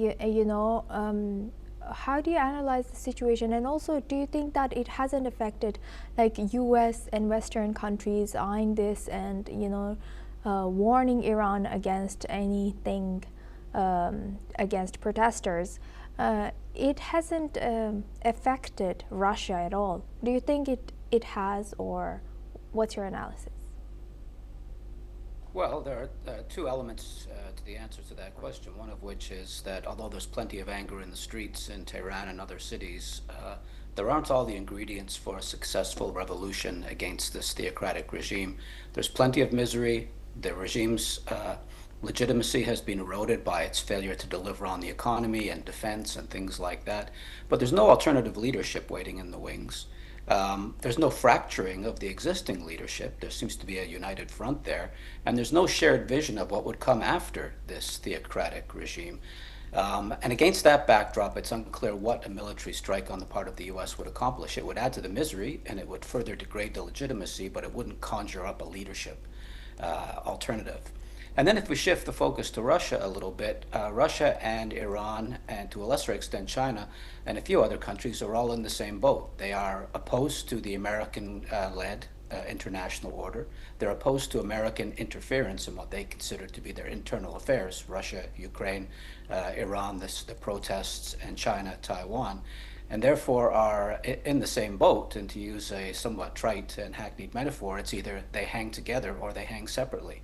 And right now they have chosen to hang together, which is why Russia and Iran, which by the way historically in the long run have not been close friends. They've competed for power and influence in the Caucasus, for example. The Russians and the Brits divided Persia once upon a time amongst themselves during the colonial era. There's no love lost historically, but there's plenty of love there at the moment because they have shared interests and they face a shared threat, and they're likely to stick together through this episode. Right. Thank you for highlighting that. And how do you see, today we saw Iran call on Turkey to not let, or to talk U.S. out of attacking Iran or intensifying any pressure. Do you think that Turkey is capable of doing anything, like mediating? Well, under President Erdogan, Turkey has tried to position itself as a very important regional actor, as a regional great power, as it were. And that has to do with exerting influence in Turkey as near abroad. But it also has to do with playing on this relationship with the United States within NATO. But historically there have been close ties, strained a bit under Erdogan, but still there. And so it would be in President Erdogan's interest, and perhaps the interest of Turkey more broadly, to be in a position to arbitrate some kind of deal. Whether that's possible remains to be seen. I rather suspect not. I think President Erdogan has a rather inflated sense of Turkey's Istanbul's role in the region. And this may be a test case. I rather suspect that if he reaches out to President Trump, he's likely to get either rebuffed outright or a polite thanks but no thanks, because I think President Trump has already thought through, to the extent that he does think these things through, what he wants to accomplish in Iran, and I don't think Istanbul is going to be able to dissuade him. Right. And today we also saw this news come in of this particular individual who is in a death sentence, who's put in a death sentence, or maybe the execution has not happened yet, but he's put into this death sentence, Irfan Soltani. So do you think that if that actually happens, it might have the same effect of how Mahsa Amini became like a face of big change in Iran, but it did not end up in regime change. It did change some things within the enforcement of hijab towards Iranian girls, but that was all. What do you think? Well, this regime has taken the usual approach that authoritarian regimes take. On the one hand, it will make concessions where it's necessary, where it's tactically useful, and on the other hand, it will crack down where it's tactically necessary and useful. And that backing off on the hijab mandate was tactically necessary and was a relatively small price to pay. The broader point which you raised, of course, is the role of symbols, symbolic personalities in these kind of events. Symbols are important. They can catalyze, they can focus, they can serve as rallying points. They may, in fact, push the needle one way or the other. But there's no alternative to an actual Khomeini or a Mandela or a Valença or a Gandhi or one of these figures that can actually lead change in a constructive direction. So the symbols, the martyrdom of these particular individuals, as I said, is important as a catalyst, as an enabler, as a focal point, but there's no alternative to actual leadership on the ground. People with charisma, people with leadership capabilities, people with reach across different factions that they can bring together. The regime in Tehran has been very good at decapitating any possible opposition movement. There are no such leaders, including, by the way, the previous Shah's son, Reza Pahlavi, who's a big figure in the United States, but has no reach at all in Iran. Right, and if he doesn't, then is there any legitimate opposition party in Iran, even if the regime falls out? Is there anyone who can lead Iran after that? And also I wanted to ask, President Trump is very focused on Iran right now, always comments coming in or posting in Truth Social something or another about Iran. So why do you think he is focused over there? Doesn't he have so much in U.S. to focus on? As of course the domestic political stuff will get him the votes, right? Not the people in Iran voting for him. Yes, I mean, there's a school of thought that says that everything that President Trump does on the world stage is about deflecting attention away from his troubles at home in terms of domestic politics, whether it's the economy or the Epstein files or whatever the case might be. And there are others who see everything he does as another manifestation of American imperialism, grabbing Venezuelan oil. And perhaps that's what he's looking for. There's a long history of American interest in Iranian oil. Perhaps that's what's going on. I rather suspect it's a combination. Those two things matter to the president, but the bigger picture is geopolitical, balance of power. That regime has been a thorn in the side of America's friends and allies in the region for a long time, and there's every reason to believe that that's another important driver in all of Trump's thinking. So the geopolitics, the domestic politics, and perhaps the oil and economic interests, you put all of those together with his somewhat mercurial personality, and it's perhaps not surprising that when this issue pops in the global media, he reacts the way he's been reacting. Right. Thank you for highlighting that, Professor Andrew Latham. Please stay with us as we come back to you for our next discussion as well. Now, moving on to Russia and Ukraine, Russian Foreign Minister Sergei Lavrov has said that Russia remains open to peace talks on Ukraine, but described proposals focused only on a temporary ceasefire as not serious.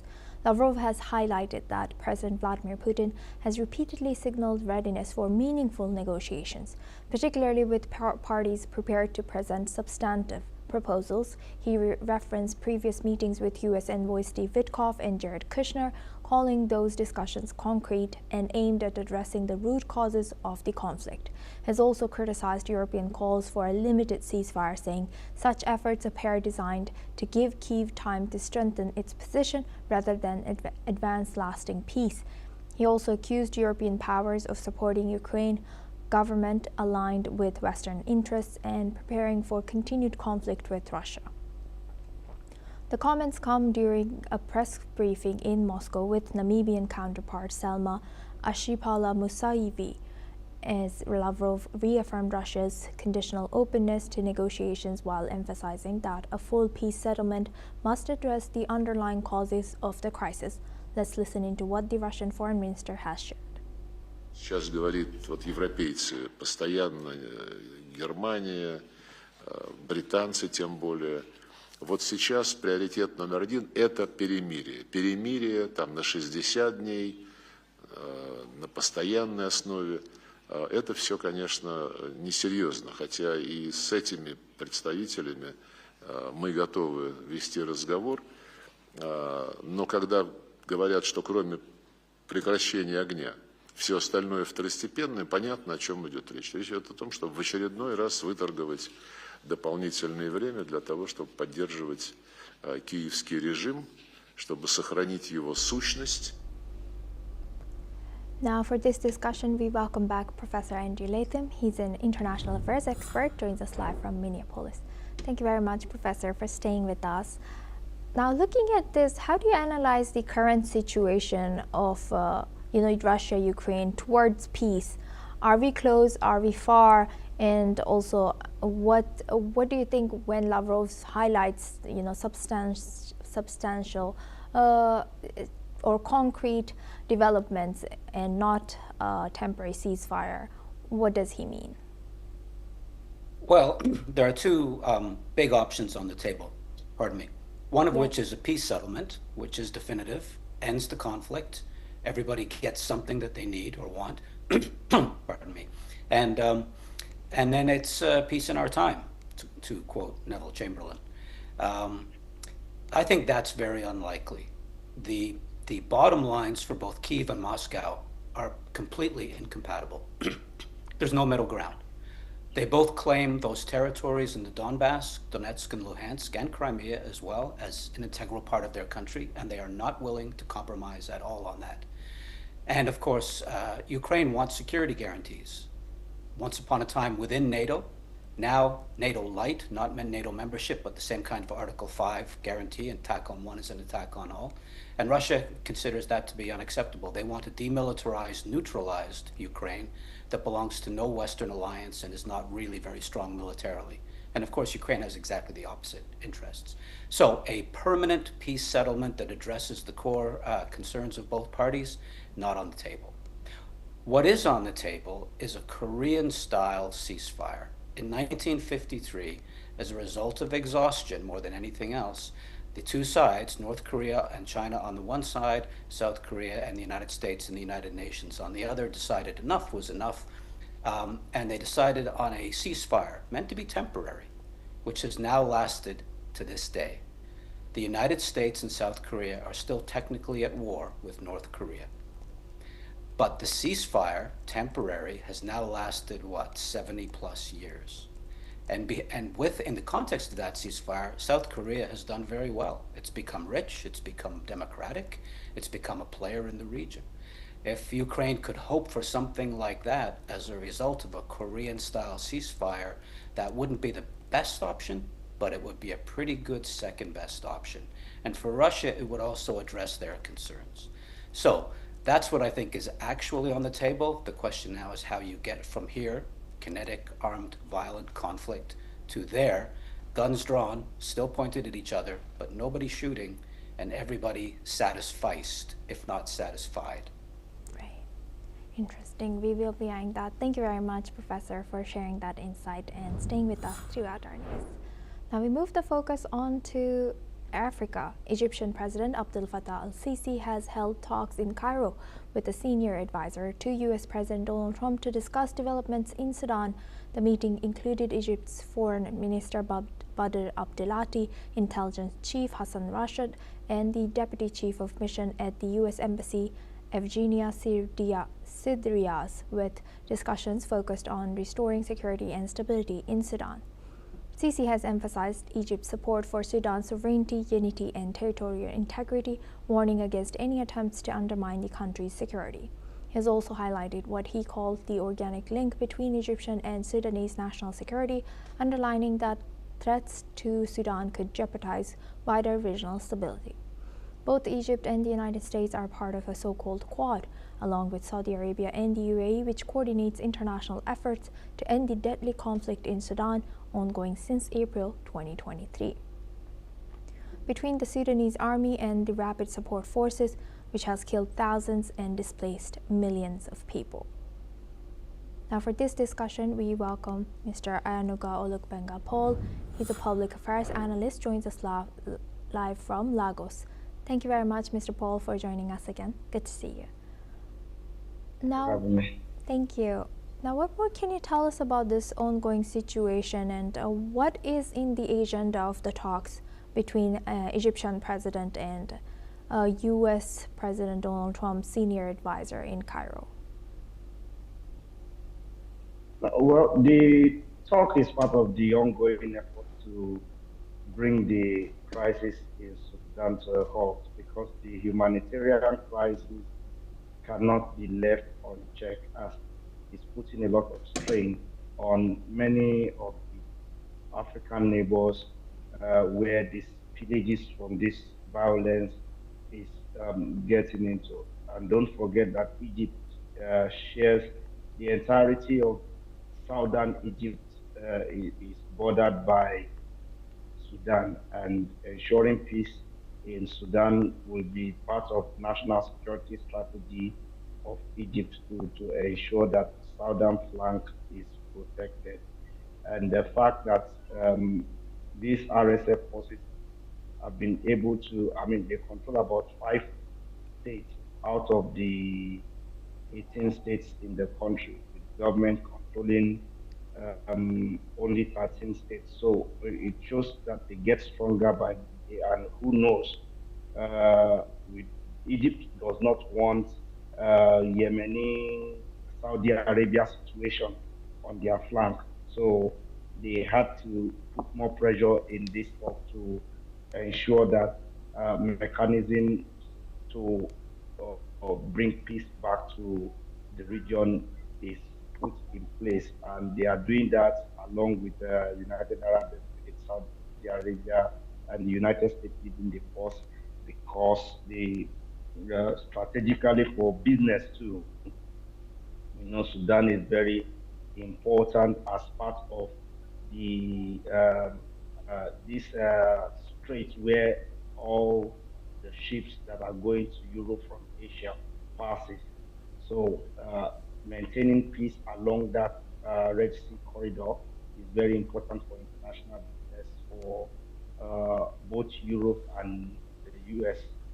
And so this is an effort to ensure that putting all of the various interests into perspective, everybody needs peace, except for maybe the RSF that wants to gain control of more territory before suing for peace, knowing fully well that once the ceasefire is called and there is an agreement in place, they might be allowed to take the land that, or to keep the land that they have already taken, and maybe form an independent sovereignty, which I know that the Sudanese government does not want. And that poses a serious challenge in the peace efforts that are being made thus far. So, but whether this will lead to, you know, cessation of violence is yet to be seen, because we've seen many agreements written before, signed, and immediately after signing the agreement, violence escalating in many regions. In fact, it's usually on the eve or immediately after the signing of new agreement that the RSF forces usually takes more territory or unleash more violence. So we are all hopeful that this recent renewed effort will yield some fruit. Right. With that, I would like to thank Mr. Ayanagaluk Bengapol for joining us and sharing that insight with us on NewsX World. Now we move on to UK. British prosecutors are challenging a court's decision to drop a terrorism charge against Liam Ohana, a member of the Irish language punk rap group Kneecap. The Crown Prosecution Service is appealing a ruling that threw out a charge of supporting terrorism against Ohana, who performs as Mo Chara. He was accused of displaying a flag of the proscribed Iran-backed Lebanese militant group Hezbollah at a London concert in November of 2024. And in September, Woolwich Crown Court dismissed the charges due to a technical error in how it was brought under the 2000 Terrorism Act.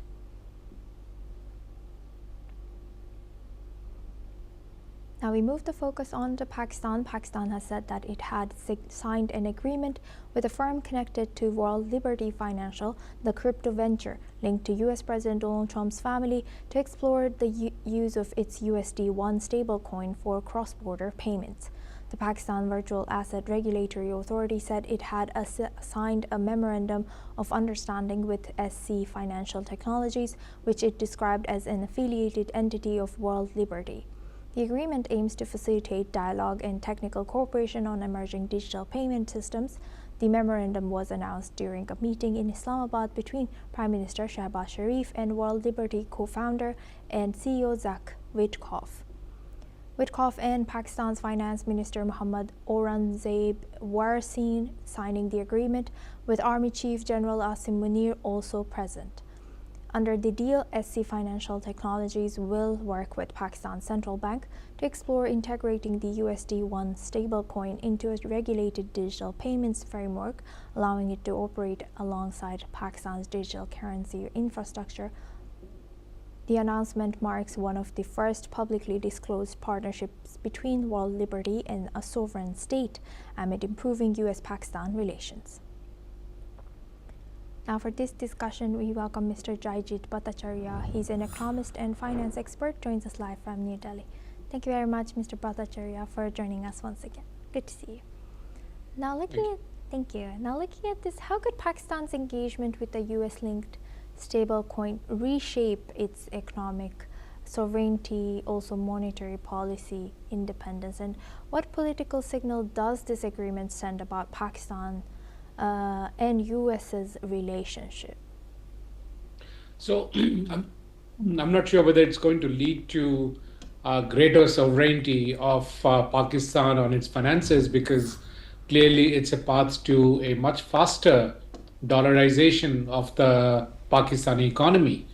Now, clearly, Pakistan has been operating on a quid pro quo basis with the US and its relationship, especially after Operation Sindoor. And therefore, we are not really sure whether these steps are being taken because Pakistan believes it's in their interest or they are doing it under duress. As we have seen in terms of other geopolitical engagements that the US has been undertaking, most of these engagements has had significant duress from the US side. So there is a background to believe that perhaps Pakistan is signing this agreement under duress. But there is nothing in public to really say that. The contextual explanation shows that there is perhaps something that is not benefiting Pakistan. And why it doesn't benefit Pakistan is because once you have got the token, which is USD1, it'll be much easier for Pakistanis to start using that token for all kinds of payments and remittances. And therefore, there is actually no need of holding Pakistani rupiah, the Pakistani rupees, which is fast losing its value. So people would like to hold on to the USD1, which, if it is backed by the US dollar as it is promised, would be a better store of value than the Pakistani rupee.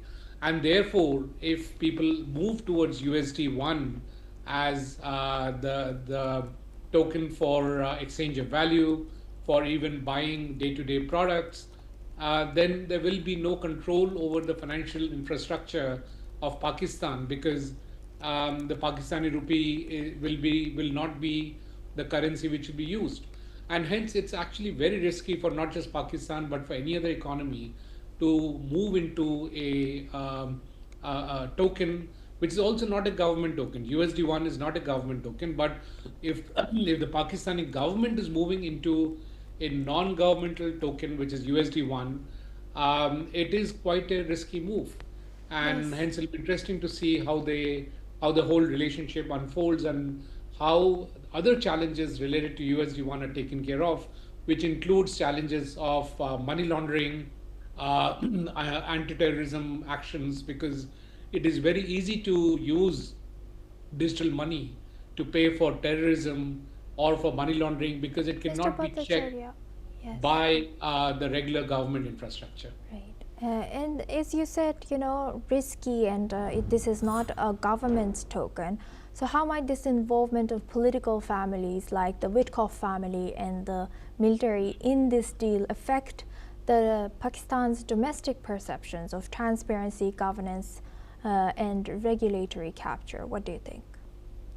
Well, from a Pakistani perspective, it appears to be business as usual, because there has never been a regulatory transparency in Pakistan, and it has been rife with conflicts of interest, wherein the chief of the army also becomes the head of the government, also controls the land, also controls the industry, and so on and so forth. So Pakistan has been rife with conflicts of interest. But it's interesting from an American perspective because for the first time we observe very significant conflict of interest where the ruling family in that sense is also controlling a very large business where the decisions from the US administration is going to impact how the business is run, which is the crypto business that we're talking about. It's also using its geopolitical heft to put pressures on governments such as the UAE to actually buy $2 billion worth of this token and use that to buy a stake in other crypto exchanges. And in this particular case, they bought stake into Binance using the USD1, and I'm sure that happened because the US government told them to do so. Now, these are clear conflicts of interest. So it'll be interesting to see what happens when the regime changes in US. Will this particular US token still be viewed with the same amount of trust? Any currency is a currency only when people trust in it. If that trust goes away, then that currency vaporizes. Now, when that happens, as and when that happens, there'll be a lot of Pakistanis who would have put their money into this token, and their hard-earned money will vanish because there's nobody who's backing it up. And the interesting fact is that USD1 is supposed to be 1:1 with US dollar. So every $1 of USD1 is backed by a real $1. But the interesting part is even the real $1 is not backed by anything, which they are dealing from dollar way back in 1971 when Nixon dealing the US dollar from any asset. So you got an asset which is supposedly backed by another asset without any regulatory oversight, without any international regulations, and the underlying asset itself is not backed by anything. It's a very, very risky proposition, especially for a nation which is in fact having a severe financial crunch. If Pakistan believes that by somehow this is going to be a miracle way of getting out of the financial mess, well, that's not going to be the case. It's going to actually drag Pakistan further down in the financial mess that they are in. Thank you for highlighting it, Mr. Jayjit Bhattacharya, and joining us on NewsX World. That's all we have time for. Keep watching NewsX World for more news updates from around the world.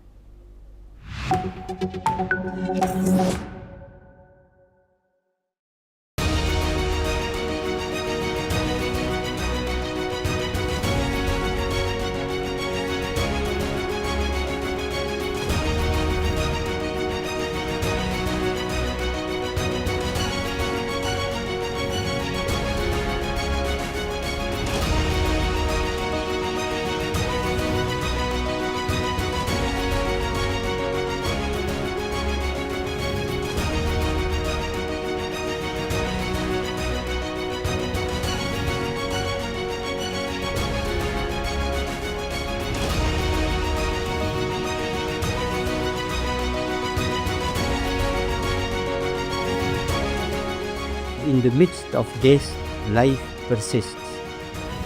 In the midst of untruth, truth persists.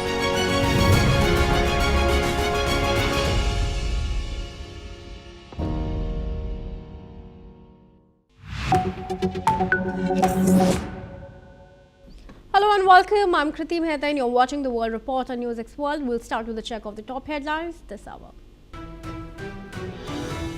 US President Donald Trump has dismissed remarks from Greenland's Prime Minister Jens Frederik Nielsen after he reiterated Greenland's commitment to Denmark. Asked about the comments from Prime Minister Nielsen, Trump said, "I don't know who he is, but that will be a big problem for him."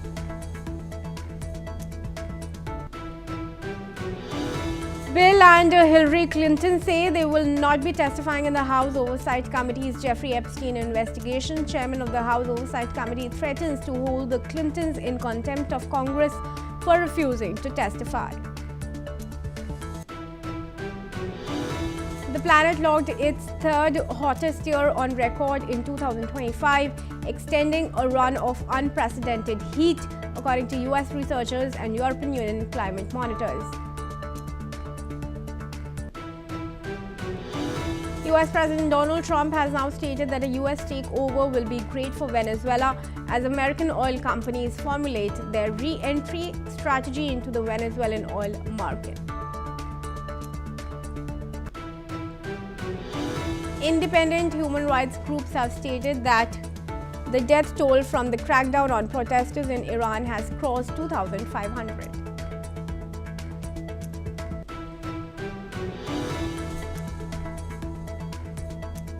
US President Donald Trump tells Iranians to keep protesting, says help is on the way as US mounts strikes. Iran says US seeking pretext for military intervention.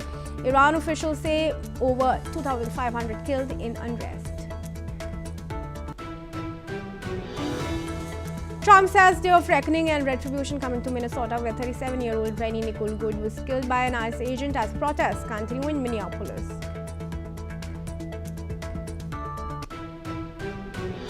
Apple signs multi-year deal with Google to fix Siri with Gemini, which the company promised at WWDC 2024 but has since been delayed. Apple had promised 3 big upgrades to Siri to take it on par with rivals like Gemini and ChatGPT.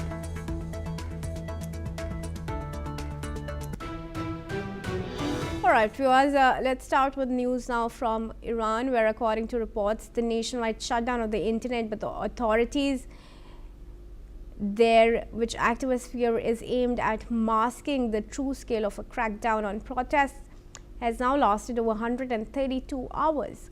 Meanwhile, Iran's judiciary chief has vowed fast-track trials for suspects arrested over a wave of protests, which the authorities have dismissed as riots. Listen in.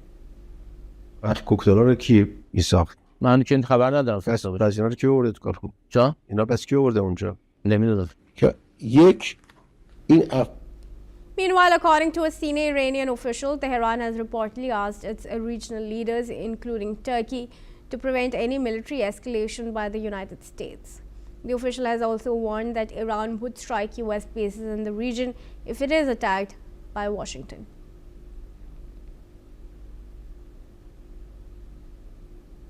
Saul Satka, who is a political commentator from Tel Aviv, now joins me in this discussion. Saul, thank you very much for making yourself available for this conversation. Now, it's crucial how Iran and its supreme leader has gone on with executions of demonstrators, protesters who are not even leaders but mere participants, expedited their trials, given them really no time to appeal. And a man as young as 26-year-old is going to be executed today. Do you think these kind of executions and broadcast confessions is going to quell the protests, or it's going to fuel the fire? If the Iranian regime executes over 1,000 people a year for various trivial crimes or thought crimes or free speech violations. So this is nothing new. Their justice system is absolutely corrupt and absolutely brutal. Ditto with its jail system. The regime is clearly in a panic. It doesn't know what to do. It doesn't know how it can at the one time suppress the protests and at the same time not anger the West sufficiently to ensure that they don't actually come in and throw them out, and they know they can do. So they're really in a pickle. Of course it is. And do you think the internet blackout is really in place? Because Trump has already asked Musk to help with Starlink, and then people are already uploading visuals and their protests, especially women, on social media. Yeah, so it's unclear how much of the stuff coming out of Iran is actually contemporary. Certainly videos of piles and piles of dead bodies, but it's much less than was there before. There are some people who are getting things out via certain means, perhaps also by taking actual evidence out of the country. Other people are finding ways to bypass it. There are a few hundred Starlink terminals provided by Elon Musk in Iran at the moment. while the Iranian regime are currently actively trying to jam them, so even they won't work. It's very important for the Iranian regime. Their top priority is to shut down the internet, because the internet does two things. Number one, it allows all the protesters to coordinate with each other. And number two, and much more dangerously for them, it allows them to get out the evidence of their own repression, which will further radicalize the population. So absolutely critical for them is to shut down the internet. At some point, we're going to find out that this kind of evil regime in the world is unsustainable in the information age. And they know that, which is why they've taken their people back 40 years to a period when the internet did not exist. Because under those circumstances, they know how to suppress the people. They don't know how to suppress the people in the information age. So that is a light in this whole debacle, this whole disgraceful situation that's happening in Iran. A brutal, brutal massacre that's continuing under the eyes of the world as the Iranians try to blind everyone. The light at the end of the tunnel is that for them and for all other similar regimes that exist or may exist in the future, the way to get rid of them is now clear. Simply, you have to let freedom ring, you have to give people information, and these regimes become instantly and inevitably unsustainable. Yeah. Saul, how do you see the latest development that's coming in from Iran, which says that it's going to work with regional leaders like Turkey, and they're going to strike the US bases should US launch strikes? I can absolutely assure you that neither the Turks or the Qataris or the Saudis or anyone else, all of whom are allies of the United States, are going to be helping Iran to retaliate against the United States. The Iranians in the past, when Soleimani was killed by the Americans, when the Americans bombed their nuclear program one night in June, on every previous occasion, the Iranians have promised major retaliation. And each time, they have sent a symbolic number of missiles at an American base, while telegraphing a warning in advance to make sure that no American people were killed. Because the Iranians are smart enough to know that if they kill any American serviceman, the Americans can retaliate with such overwhelming force and so fast that they won't even know what's coming.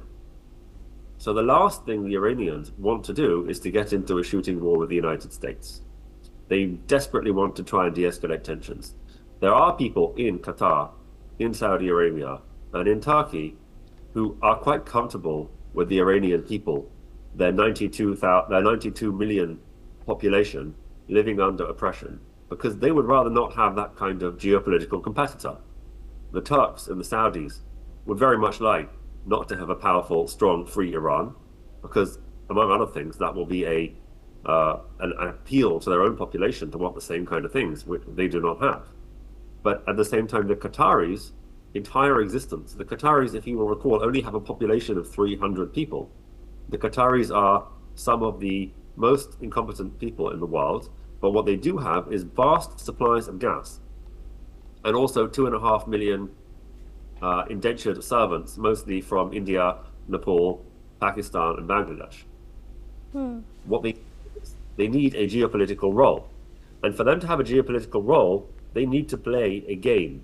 They need to play the good cop, bad cop game between the West and the Iranians, and all the Iranian proxies like Hamas and Hezbollah. As the Iranian proxies have been dismantled, all that's left is Iran. And if the Iranian regime is dismantled too, which looks increasingly likely, then where is Qatar? They're trying to play a good cop, bad cop game, but they don't have a bad cop anymore. And suddenly they're irrelevant and not much use to anyone. And the great fear for the Qataris is that the Americans will no longer feel a need to maintain a presence in the Middle East to the same degree, and could easily roll back their American base on Qatari soil, which is the only thing protecting Qatar from their Saudi tribal rivals to the south. All right, sure. Saul, do continue to stay on with me, please, as we proceed. Because let's also tell you that the Israeli military is now saying that all 6 gunmen involved in a firefight in western Rafah on Tuesday were killed during the exchange of fire. According to the IDF, troops from the 7th Armored Brigade identified 6 armed individuals approaching their positions on the Israeli-controlled side of the Yellow Line in southern Gaza. After the suspects were spotted, Israeli tanks moved in and opened fire. The gunmen responded, triggering a sustained firefight that also involved Israeli air support. The military says searches conducted after the clash confirmed all 6 suspects were killed and weapons were recovered from their bodies.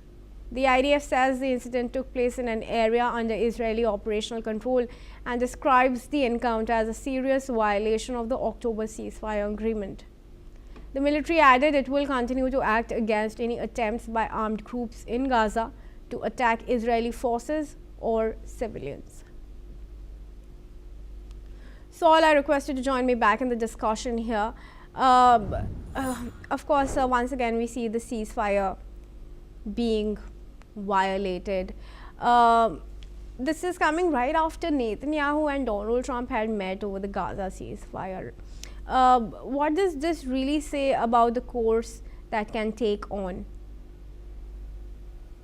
It was quite clear from Trump's meeting with Netanyahu that they are on the same page, that Hamas only ever met most of the requirements for the first stage of the ceasefire, which was to release the hostages. They released all of them except for one. The body of Rangvili remains in captivity.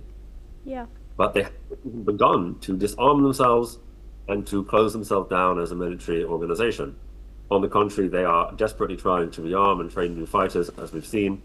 They maintain daily operations against the IDF, which almost universally fail and end in the killing of all their men. So the prospect of the ceasefire moving to stage 2 is absolutely minimal. There's no way that Hamas, a genocidal jihadi organization that is bent on murder in the name of God, is going to willingly hand over their weapons to the infidel. There are enough people within Hamas who are not at all pragmatic and absolutely do prefer to die in battle than surrender. As a result, there's absolutely no prospect in the foreseeable future that Hamas will be disarmed. There's only one way to disarm Hamas, and that is kinetically. People need to go in and fight them. They need to continue fighting house to house, building to building, until there are no more left, or until there are no people with guns anymore. The prospect of happening is very low, because Israel is currently quite satisfied with having Hamas still controlling 40% of Gaza, including the entire population, across a demarcated line, because Israel's only concerned that Hamas can't attack their population. And it probably isn't worth their while to go in there and root them out at the cost of some lives, perhaps hundreds of Israeli soldiers. So the status quo is fine for Israel in large part. And at the same time, if Israel isn't sufficiently motivated to get rid of Hamas, I can assure you there's no one else in the world, not the Turks, not the Saudis, nobody, not the Pakistanis who have been talking about going in as a peacekeeping force, nobody is going to bleed to fight Hamas if Israel won't. So the ceasefire essentially achieved what it needed to for Israel. It's frozen the conflict. Israel's got its hostages back. And it has achieved nothing for Hamas, who have no prospect of ever breaking out from behind the barricades that Israel has set up for them. What about countries like Qatar that unconspicuously back groups like Hamas? What kind of action should be, mulled, and why has that action not come as of now? Right, so this is the question. So it was Qatar, chief among the guarantors of the deal with Hamas, who promised President Trump that they would ensure that Hamas actually stuck to the deal. And while the first phase, the release of the hostages, went more or less to plan, there was always no prospect of the second phase coming to pass. And I think everyone now recognizes this and is just happy the hostages are out. Qatar essentially made promises that they could not keep. And my guess is they will pay a diplomatic price for that with the system. Okay, Saul, thanks very much then for joining me in this discussion. And with that, viewers, we are going to proceed. Palestinians in Gaza are restoring to mud and rubble to rebuild homes. that were destroyed in months of conflict, as lack of access to construction material leaves families with few options. Men in Khan Yunus are mixing mud and water and stack stones salvaged from bombed out houses to rebuild parts of their homes. Some Palestinians have responded. Let's listen in what they had to say. الناس طينة للناس ببنوها بنا دورهم انهدت بودي لهم طينة عشان يبنوها زي ما انت شايف. وعد اول مرة نشتغل الشغلانة هذه بس في الحرب اشتغلناها. وحد سعرها يعني 50 شيكل زي ما انت شايف. بنتعب في طينة مش رمل. يخلي الناس تلجأ بالطينة لأن لا يوجد كرفانات في قطاع غزة، لأن إسرائيل منعت دخول الكرفانات والزينجو وما شابه ذلك والخشب ورأس محمد، والناس لجأت تلم الأحجار من البيوت المدمرة وتجيب طينة وتبني فيه عشان هذاك علشان انه تحمي نفسها من البرد ومن الصيف. كنا طبعا قاعدين في خيام وانا الى فاضل تقريبا سنه وشهر، فإلى فتره بحاول ان انا اجمع حق خيمه، ما تمكنتش ان انا اشتري خيمه بسبب غلاء الخيام، وصل اسعارها يعني فوق ال 2000 و 2500 شيكل. فقلت انا اجي اصلح بيتنا واقعد فيه بالطينه. جمعت احجار من حوالينا، من الردم، من الدور المقصوفه، جمعت احجار مكسوره، جمعت طينه شويه شويه، بديت اضبط في البيت. Alright, and moving ahead, 2 people have died and several were wounded in Ukrainian drone attacks on Russian border regions. In Rostov-on-Don, a drone strike caused a fire in a residential building, leaving 1 man dead among the charged remains. 4 others, including a 4-year-old child, were injured in separate strikes throughout the region, which also sparked fires in industrial areas. Moreover, in Belgorod, another border region, a woman was killed and a man wounded when a drone struck their vehicle. Sources say that this area has seen frequent retaliatory drone attacks and has also recently experienced a massive power outage. This comes as Ukrainian forces said that Russia launched overnight attacks on Ukraine with 113 drones and 3 ballistic missiles fired. And we now move to news from South Asia, where Pakistan has entered an agreement with a firm linked to World Liberty Financial, the primary crypto venture associated with US President Donald Trump's family, to explore the use of World Liberty's stablecoin for cross-border payments. The deal represents one of the first publicly announced tie-ups between World Liberty, a crypto-based finance platform launched in September 2024, and a sovereign state. It also comes amid a warming of ties between President of the US and Pakistan. According to reports, under the agreement, WLF will collaborate with Pakistan's central bank to integrate its USD1 stablecoin into a regulated digital payments framework, enabled to function alongside Pakistan's existing digital currency infrastructure. Fakhar Yusufzai, who is a Pakistani journalist, now joins me in this discussion from Islamabad. Thank you, Fakhar, for joining me here. Fakhar, how is this tie-up going to be impacted once Trump demits office? Thank you very much, and good afternoon to everyone. Actually, from last June 2025, when the Pakistani Army Chief General Asim Munir met to the President of America, after that the situation is going, I will say that, going to change. Lots of things are going on, but I think so. The main point is, as a Pakistani journalist, I will raise the benefit of the Pakistani nation, or for the national interest of Pakistan. What is going on for the national interest of Pakistan? This is very important. Actually, nowadays we have seen Mr. Trump. He is imposing all the things on those countries which we say that this is the friend of US or this is the front of some other countries. I think so. Crypto is a digital payment system or the digital currency, very important. But as well as I have seen the report issued by Reuters and Pakistani media also covering this important development. Actually, the country like Pakistan, we have many problems in our system. It is involved with the banking system as well as to the financial system, because I'm covering lots of issues which related to the Pak-US relation, but I think so in this type of relation, America have an upper hand in every aspect which is related. If it is related to the defense, it is related to the finance, it is related to the rare earth minerals. I think so the Pakistani nation or the Pakistani people not getting any benefit from all these things. Actually, I have seen photographs or the video some short time ago.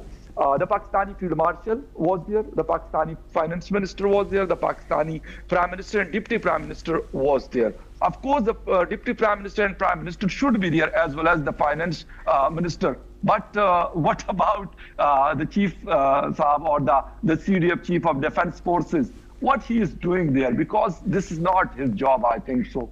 It's very strange for me, but it is going on because Donald Trump is directly dealing not with the political government in Pakistan. He is dealing with Rawalpindi, and I think so this deal is also associated or between the Rawalpindi and Washington.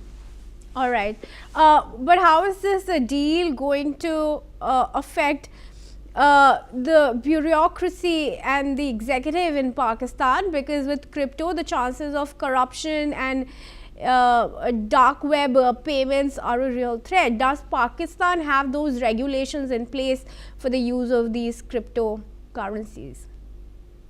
Actually, I have seen from last 1.5 years that the Pakistan Federal Investigation Agency, FIA, have raid on so many offices in Pakistan, in Islamabad, Lahore, and Karachi. And they have a raid against those people which is associated with this type of payments or this type of businesses. I think so. The Pakistani government want it in a legal way, but it will take time. Of course, as you said, that bureaucracy or the dark web, as we know about that, it is of course very threatening the country like Pakistan, because in Pakistan our system need so many things to be improved, even in 2026. Especially if I talk about our Pakistani banking system, which is not that much secure, which should be. This is the main thing. And the other one, the Pakistani people, I think so. They like the physical instrument. I mean to say the currency note. If you want to say to someone that I will pay via bank or via this, they will tell you that please give me cash. This is the main problem for the Pakistani society as well as the Pakistani economy.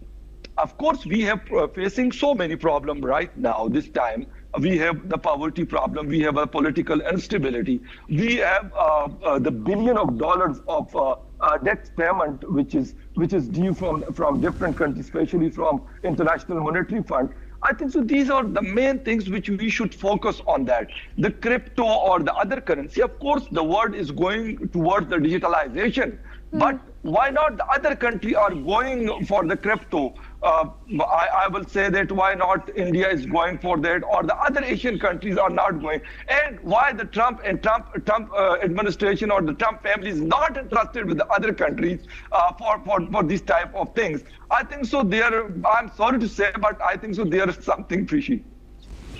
All right, Fakhar, thank you very much then for joining me in this discussion. Viewers, with that, it's a wrap on this edition of the World Report on NewsX World. Thanks for watching here for all news and updates.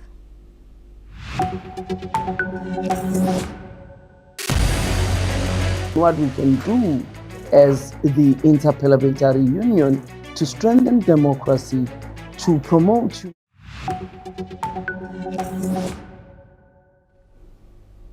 Hello and welcome. I'm Suma Katauka and you're watching the World Report on NewsX World. Let's take a look at the top headlines of this hour.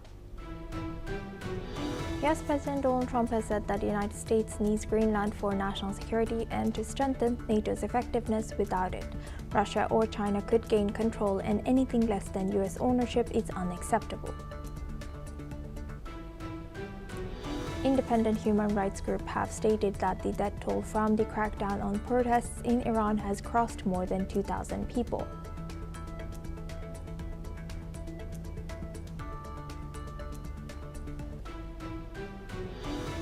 A senior Iranian official has warned the US against military action, saying Iran would strike American bases if attacked. Tehran has reportedly asked its regional leaders, including Turkey, to prevent any military escalation by the United States.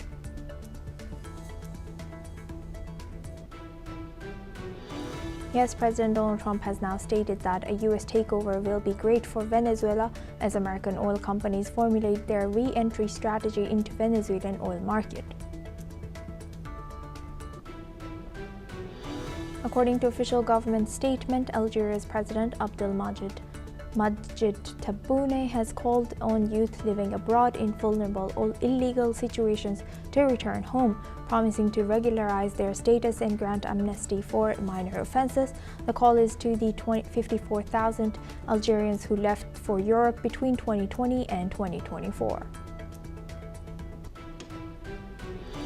According to French official statements, France's Interior Ministry has banned 10 British far-right activists from entering or remaining in France after determining their actions could incite violence and seriously disrupt public order. Trump says day of reckoning and retribution is coming to Minnesota, where 37-year-old Renee Nicole Good was killed by an ICE agent as protests continue in Minneapolis. Apple signs multi-year deal with Google to fix Siri with Gemini, which the company promised at WWDC 2024, but has since been delayed. Apple had promised 3 big upgrades to Siri to take it on par with rivals like Gemini and ChatGPT. Now we start with US. According to reports, Washington has ordered some personnel to depart major American bases in the Middle East, including in Al Udeid in Qatar. The move is described as a precaution as tensions rise following Iran's protest crackdown and US warnings of possible action ahead.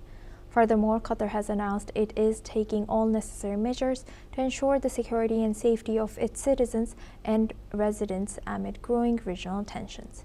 The government said recent movements of personnel at the Al Udeid Air Base are part of these precautionary measures, stressing that the actions are responsive to the current situation in the region. Meanwhile, British Prime Minister Keir Starmer has condemned the murder of an anti-government protesters in Iran. Let's listen in. Mr. Speaker, can I start by condemning, in the strongest possible terms, the sickening repression and murder of protesters in Iran. The contrast between the courage of the Iranian people and the brutality of their desperate regime has never been clearer. Mr. Speaker, we've called out this brutality face to face. We're working with allies on further sanctions and doing all we can to protect UK nationals. Rights group HRANA has verified 2,403 protester deaths and 147 government-related fatalities. This comes as Tehran has warned neighbors hosting U.S. troops that it would strike if America intervenes. Now for this discussion, we welcome Mr. Yossi Cooper-Wasser. He's an Israeli intelligence and security expert, joins us live from Tel Aviv. Thank you very much, Mr. Cooper-Wasser, for joining us again. Good to see you. Now, thank you for having me. Thank you. Now, looking at this Iran and U.S. situation, what can U.S. do? And now that U.S. has said that diplomacy, or kind of closed the door of diplomacy, and what do you think could come next, as U.S. also has removed some personnel from their bases around Middle East? Well, I think the U.S. understands that only very severe measures on its behalf are going to deter the Iranian regime from killing the demonstrators. And once they stop doing that, they are going to be facing the wrath of those demonstrators who want to see a change in regime in Iran. So we are now in a duel, I would say, between Khamenei on the one side and President Trump on the other, about the fate of the demonstrations and the fate of the Iranian regime as well. And that's what they can do. There's a wide variety of steps that they can take, not necessarily kinetic, but also kinetic steps, in order to make sure that those in the government of Iran that are responsible for killing the demonstrators will pay a price for that. And now that we know that there's not, even a lot of people in Iran are not happy, but they keep the regime keeps pointing fingers outside instead of admitting to their mistakes or their wrongdoings. What's your take on that, as they continue to, say that it's because of U.S. or it's because of Israeli agents, etc.? Well, this is ridiculous. Nobody believes that. It's, the grievances of the Iranian people are real and not invented by any foreign force. There's a lack of water, there's a lack of electricity in a country that has so much oil under its soil, and there's malfunctioning of the entire systems in Iran because of the shortcomings of the government. And on top of that, there are also some problems that emerge from steps taken against Iran by the international community, the sanctions of the Americans and the Europeans that are taken because the Iranians insist on supporting terrorism all over the Middle East and beyond, and because they insist on having a military nuclear project. Well, the entire world wants them to stop that. So it's all the making of the Iranian Islamic regime, and nobody believes anything else but this. And I think that what the public wants to see is a change in policy, and not buy all kinds of stories about foreign intervention. And yes, like the public, even though we're seeing a lot of visuals and public wants change, but is there anyone who can take place if this regime falls? Who's the opposition here? Well, that's a very good question. Thank you. The one name that is repeatedly raised is the name of the former Shah son, Reza Pahlavi. But there's a question mark of whether he's strong enough in order to do that.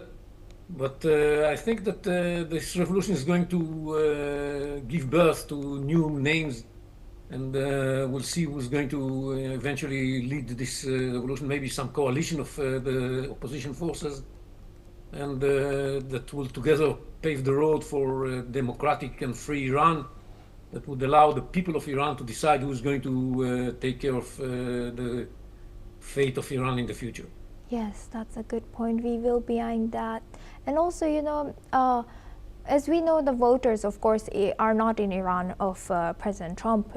They're all in U.S. But U.S. President Trump keeps posting in his Truth Social about Iran, and he also keeps making statements about these protesters. But of course, at the end of the day, these people are not the people voting for Trump in the upcoming midterm elections, right? So what is Trump's motive? What do you think? Well, I think, first of all, he has this sense of solidarity with the people that are being murdered in Iran, and he knows that they are fighting for freedom, and he feels for them. And on top of that, Iran is a threat and a source of terrorism, threat for stability, and the source of terrorism all over the world. And they shout repeatedly, "Death to America," and he doesn't like it. And he understands that steps should be taken in order to prevent them from being able to make good on their promise to kill America. And of course, because they also cooperate with China and Russia, it is another good reason for him to take action against this regime. But I think basically it's because he cannot stand this pictures coming out of Iran of demonstrators being murdered by their own regime. It's something that nobody should tolerate.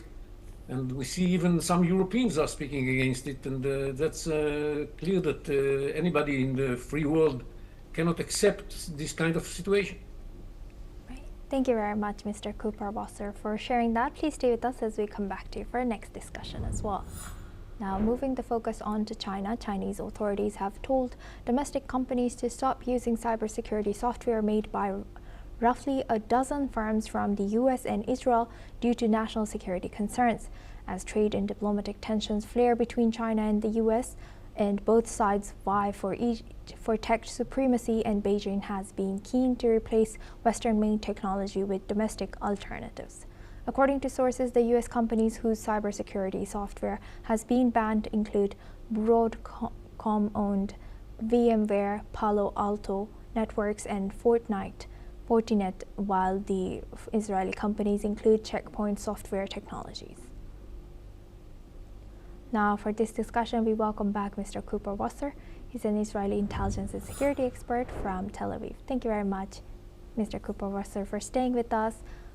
Now, looking at this, this ban, why do you think China is countering right now? What does this timing suggest? And also, how will this affect Israeli companies? As long as I know that Tel Aviv is a big hub for a lot of tech companies and many cutting-edge tech companies. Yes, but that is true. Israel is a major hub of high tech and especially of cybersecurity. I think we are third or second in the world in the volume of our business in this area. But I don't think we do a lot of business with China because of security reasons. And so I'm not sure this is going to be such a big damage to Israeli companies. I think basically it stems from the need of the Chinese to retaliate to steps taken against their companies, their high-tech companies in the West in general. And that's why they take this step. Maybe they're also really worried that this may lead to their secrets leaked to some other places. But basically, I don't think this is the main reason. The main reason is the will to retaliate to steps taken against their companies around the globe. Right. With that, I would like to thank Mr. Yossi Cooper-Wasser for joining us today and sharing that insight throughout our news. Now we have a breaking news. A Greenland government has announced an increased military presence in and around the island, emphasizing that the move is aimed at strengthening NATO's footprint in the Arctic and enhancing European and transatlantic security. Officials said the purpose of the deployments and ongoing exercises is to train forces to operate under the unique Arctic conditions while ensuring readiness in a strategically important region. The Danish armed forces, in close cooperation with NATO allies, will continue their Arctic exercises, highlighting the collaborative defense posture. Greenland's government has stressed that the measures are defensive and part of broader efforts to maintain stability in the Arctic, a region of growing geopolitical significance due to its natural sources and strategic shipping routes. Now for this breaking news, we welcome Ms. Alison Mutler. She's a former AP Bureau Chief in Romania, joins us live from Bucharest. Thank you very much, Ms. Alison, for joining us once again. Good to see you. Now that tensions and, of course, the situation is escalating, how do you analyze this current readiness or countermeasures by the NATO with minus US and, of course, the Greenland in Greenland by the towards defense for themselves versus US? Yes. Well, I think the world, America included, was quite surprised by Donald Trump's statements. They weren't totally unexpected, but he was very forceful in saying the US needed Greenland for security. It wasn't even a question of discussion or negotiations. And I think Europe was alarmed at first. You could see by the statements made by the Danish Prime Minister and other leading officials in Europe.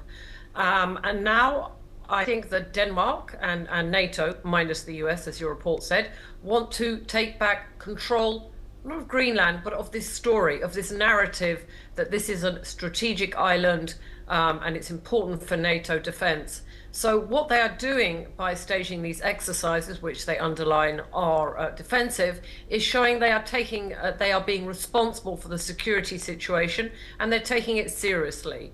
So Donald Trump can't say, this island is undefended, we need it, we're going to take it. So they're trying to behave responsibly, but also constructively by holding these defensive exercises. Obviously, they've been staged in a very short time. Normally, exercises like this, there's weeks or if not months in the planning.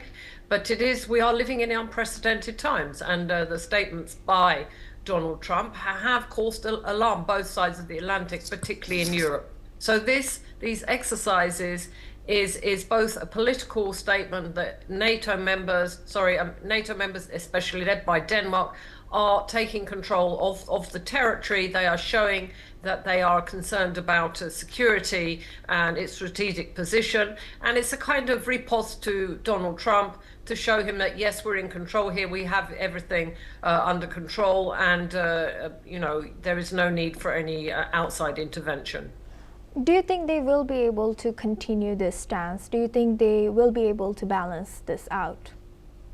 That's a good question. Thank you. It very much depends on what Donald Trump's aims are and the aims of his administration. If he really does want to wants more control over Greenland, then we can expect more statements, and eventually there will be negotiations and discussions. Because I really don't think the US is going to intervene militarily in Greenland. I think that would be rather a haphazard thing to do, and it would not particularly benefit Donald Trump or Greenland or Denmark or NATO.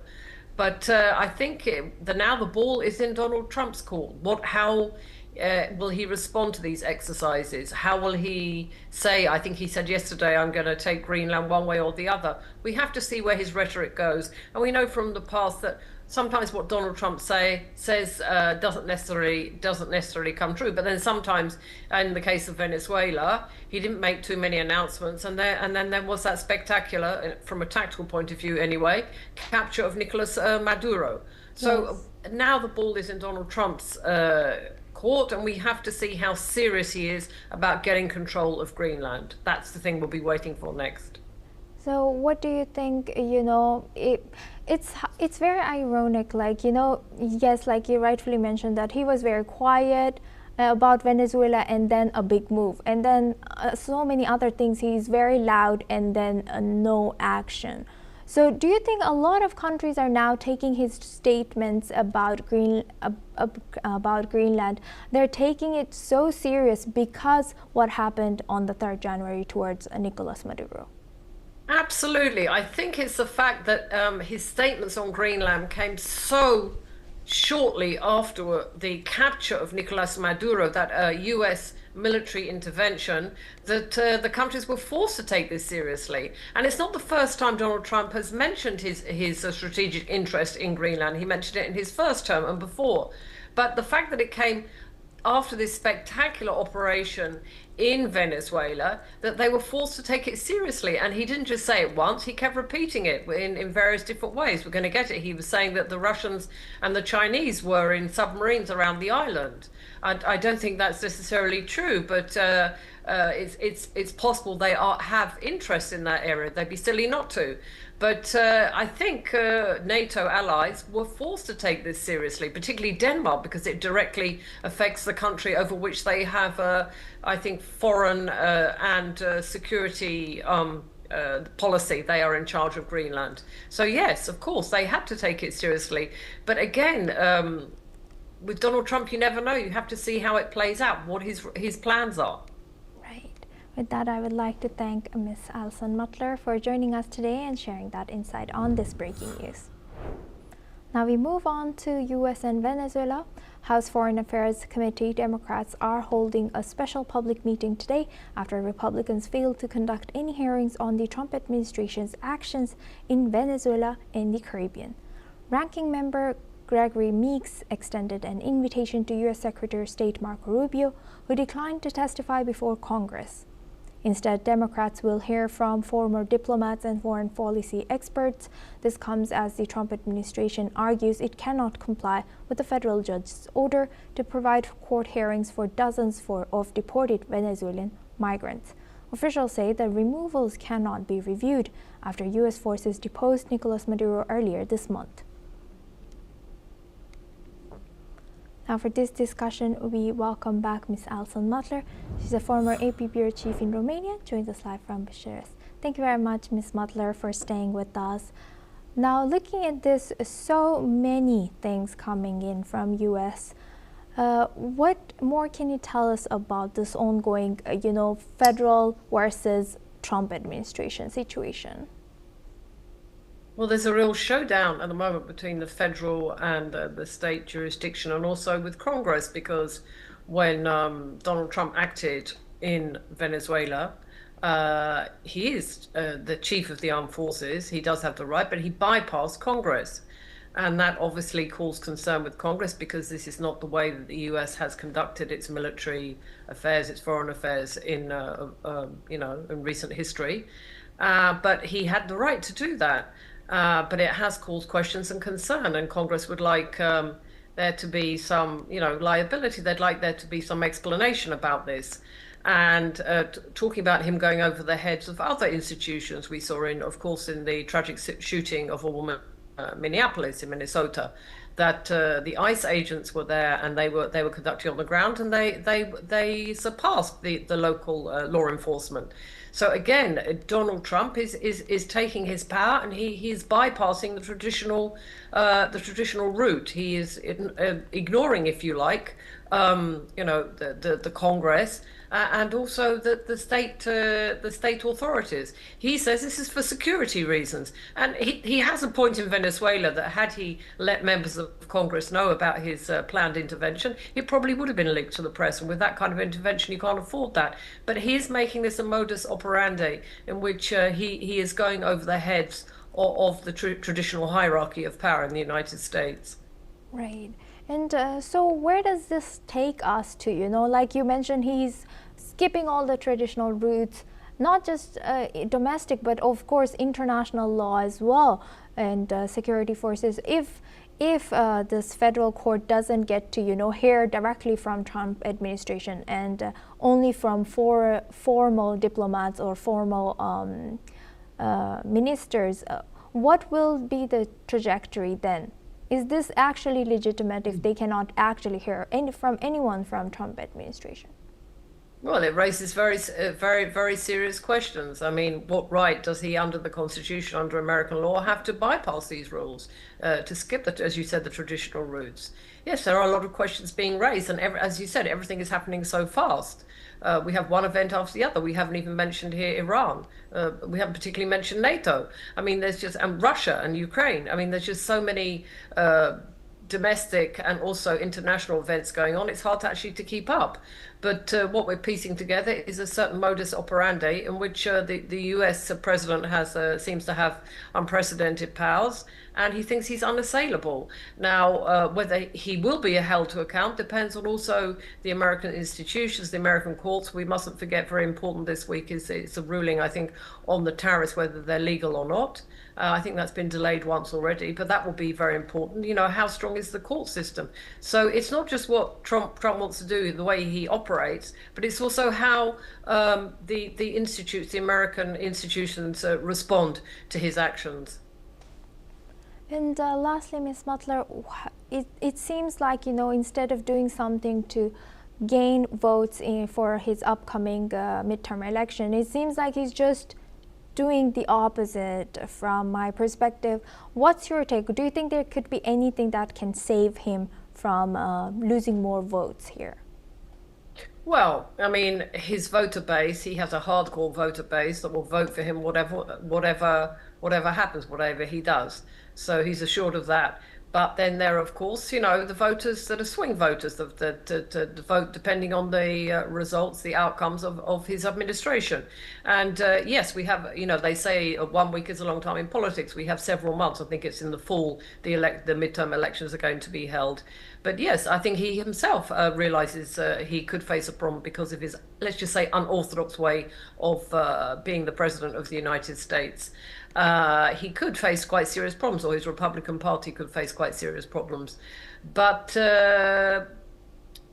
he did say at one point, you better vote for me because otherwise they'll impeach me. He will put that, and if they impeach me, the situation will be worse. So he will use scare tactics, I'm sure.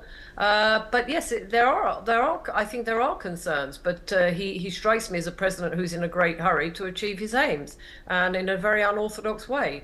And we'll just have to see what the responses are, and also what the outcome of his actions are around the globe. I mean, he said he's in charge of Venezuela, and the American oil companies are going to make a lot of money. Now, that sounds quite nice, particularly the oil companies are going to make a lot of money, particularly from a regime such as the Maduro regime, which flouted so many human rights. But on paper, these things, they may sound promising, shall we say, but in reality, they're much harder to achieve. And I think, he has the emotional touch with his voters, because he says words, he has grand gestures that appeal to some people. But you have to see at the end of the day, what is the reality? And that is what will cost him, I think. But as again, I say, it's a long way before the midterm elections, but he's not behaving in a way that he looks like he's trying to get re-elected. Sorry, his party will still have a majority in Congress. But, with Donald Trump, you never know. You never know what he'll come up with next. Yeah, 100%. Very interesting. Thank you very much, Ms. Alison Butler, for joining us today and staying with us and sharing that insight with us on NewsX World. Now we move on to our next news. President Donald Trump has announced early today that his administration will end federal funding to sanctuary cities and states, calling the jurisdiction corrupt criminal protection centers that breed crime and violence. The move, effective on February 1st, comes after Trump repeatedly criticized sanctuary policies for limiting local cooperation with federal immigration authorities and providing social benefits to undocumented immigrants. The president has reiterated his stance on Truth Social post, and during a speech at the Detroit Economic Club, Attorney General Pam Bondi was directed to identify federal grants and contracts that could be suspended or terminated, with Homeland Security Secretary Kristi Noem involved in enforcing the order. The administration has previously listed over 500 sanctuary jurisdictions it says are obstructing immigration enforcement. The announcement follows legal challenges. A federal judge blocked an earlier executive order pausing funding for more than 30 sanctuary cities, calling it likely unconstitutional. Despite the ruling, Trump's administration has continued its crackdown on illegal immigration, which has sparked protests nationwide, including over recent ICE and Border Patrol shootings in Minneapolis and Portland. Now for this discussion, we welcome Mr. Peter Cardillo. He's a chief economist at Spartan Capitals, joins us live from New York. Thank you very much, Mr. Cardillo, for joining us. Good to see you. Now, how significant is this policy that will be, put into place from February 1st, and how will people be affected in U.S.? Well, it's to begin with, it's significant, but this is nothing new. President Trump has a very strong feeling about illegal immigration, and he's made his thoughts known, not only in this administration, but in the previous administration. And the fact that he says he's going to cut fundings for sanctuary cities and states that that follow that doctrine, is nothing new. He probably will, but of course, there'll be challenges probably in the courts, and we've seen this all along with many other situations. So At one point, I think the thought of what may or may not happen at the midterms might probably lessen his rhetoric in terms of cutting off funding. Now, that doesn't mean he's not going to do it. He probably will, but will it be long lasting? I'm not sure. This time around, he does have a cabinet that's extremely loyal to him. So it's somewhat more meaningful from that perspective. But remember that at the end, he has to deal with voters. Yes, and talking about voters, I asked earlier our guest as well, but so how is he planning to gain back the voters? Because he's doing so many things to deter these voters who wanted best for themselves, and it turns out like this. Yeah. Well, he himself doesn't have to gain back the voters because this is his last term in office. And so the problem is what will happen in the midterms. And you know that Congress has the Republicans have a very, very slim lead, and even in the Senate. So if he runs the risk of losing Congress, and then he just basically has his hand ties for the next 3 years. And lastly, so where is this all money going as he takes this money out from this kind of funding and many more fundings? I'm sure he finds a home for it. Yes. I don't know where it's going, but I'm sure Could that it be Army? If he takes it from column A and he puts it in column B and then back to B to A, I don't know, but I can tell you that I don't think that this type of action will not be challenged by the courts. Right. Do you think that this funding could be put into military? Well, yeah, the funding, of course, I mean, again, I don't know how, I'm not an expert on that type of politics or that type of finances, but it's just a question of, well, either you play ball with me or you're not going to get the funding that's necessary. And his administration, has been, and this is nothing new. I mean, he's been very open about this. In the previous administration, now he said, look, we don't want illegal immigrants here. And this time, obviously, he's taking much, much more harsh movements against illegal immigrants as opposed to his previous administration. And that goes back to the fact that he has a very loyal cabinet. Right. With that, I would like to thank Mr. Peter Cardillo for joining us and sharing that insight with us on NewsX World. Now we move on to Europe. Ukraine's parliament has named Mikhailo Fedorov, who is aged 34, as the country's new defense minister. As the conflict with Russia nears its 4th year, Fedorov, previously first deputy prime minister and digital transformation minister, has been a central figure in Ukraine's high-tech war effort. He has played a key role in deploying Starlink internet terminals to frontline troops and in creating a drone line to target Russian forces.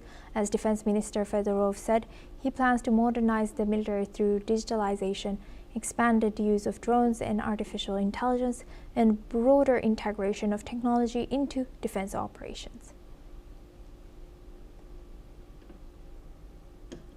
That's all we have time for. Keep watching NewsX World for more news updates from around the world.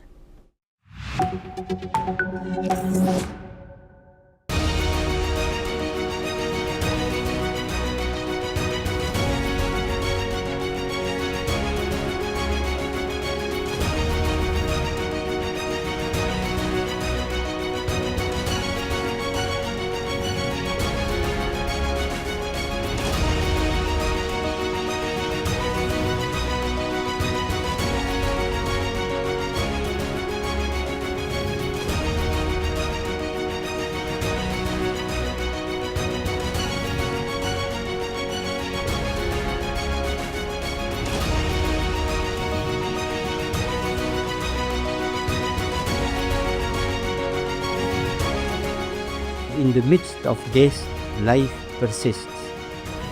In the midst of untruth, truth persists.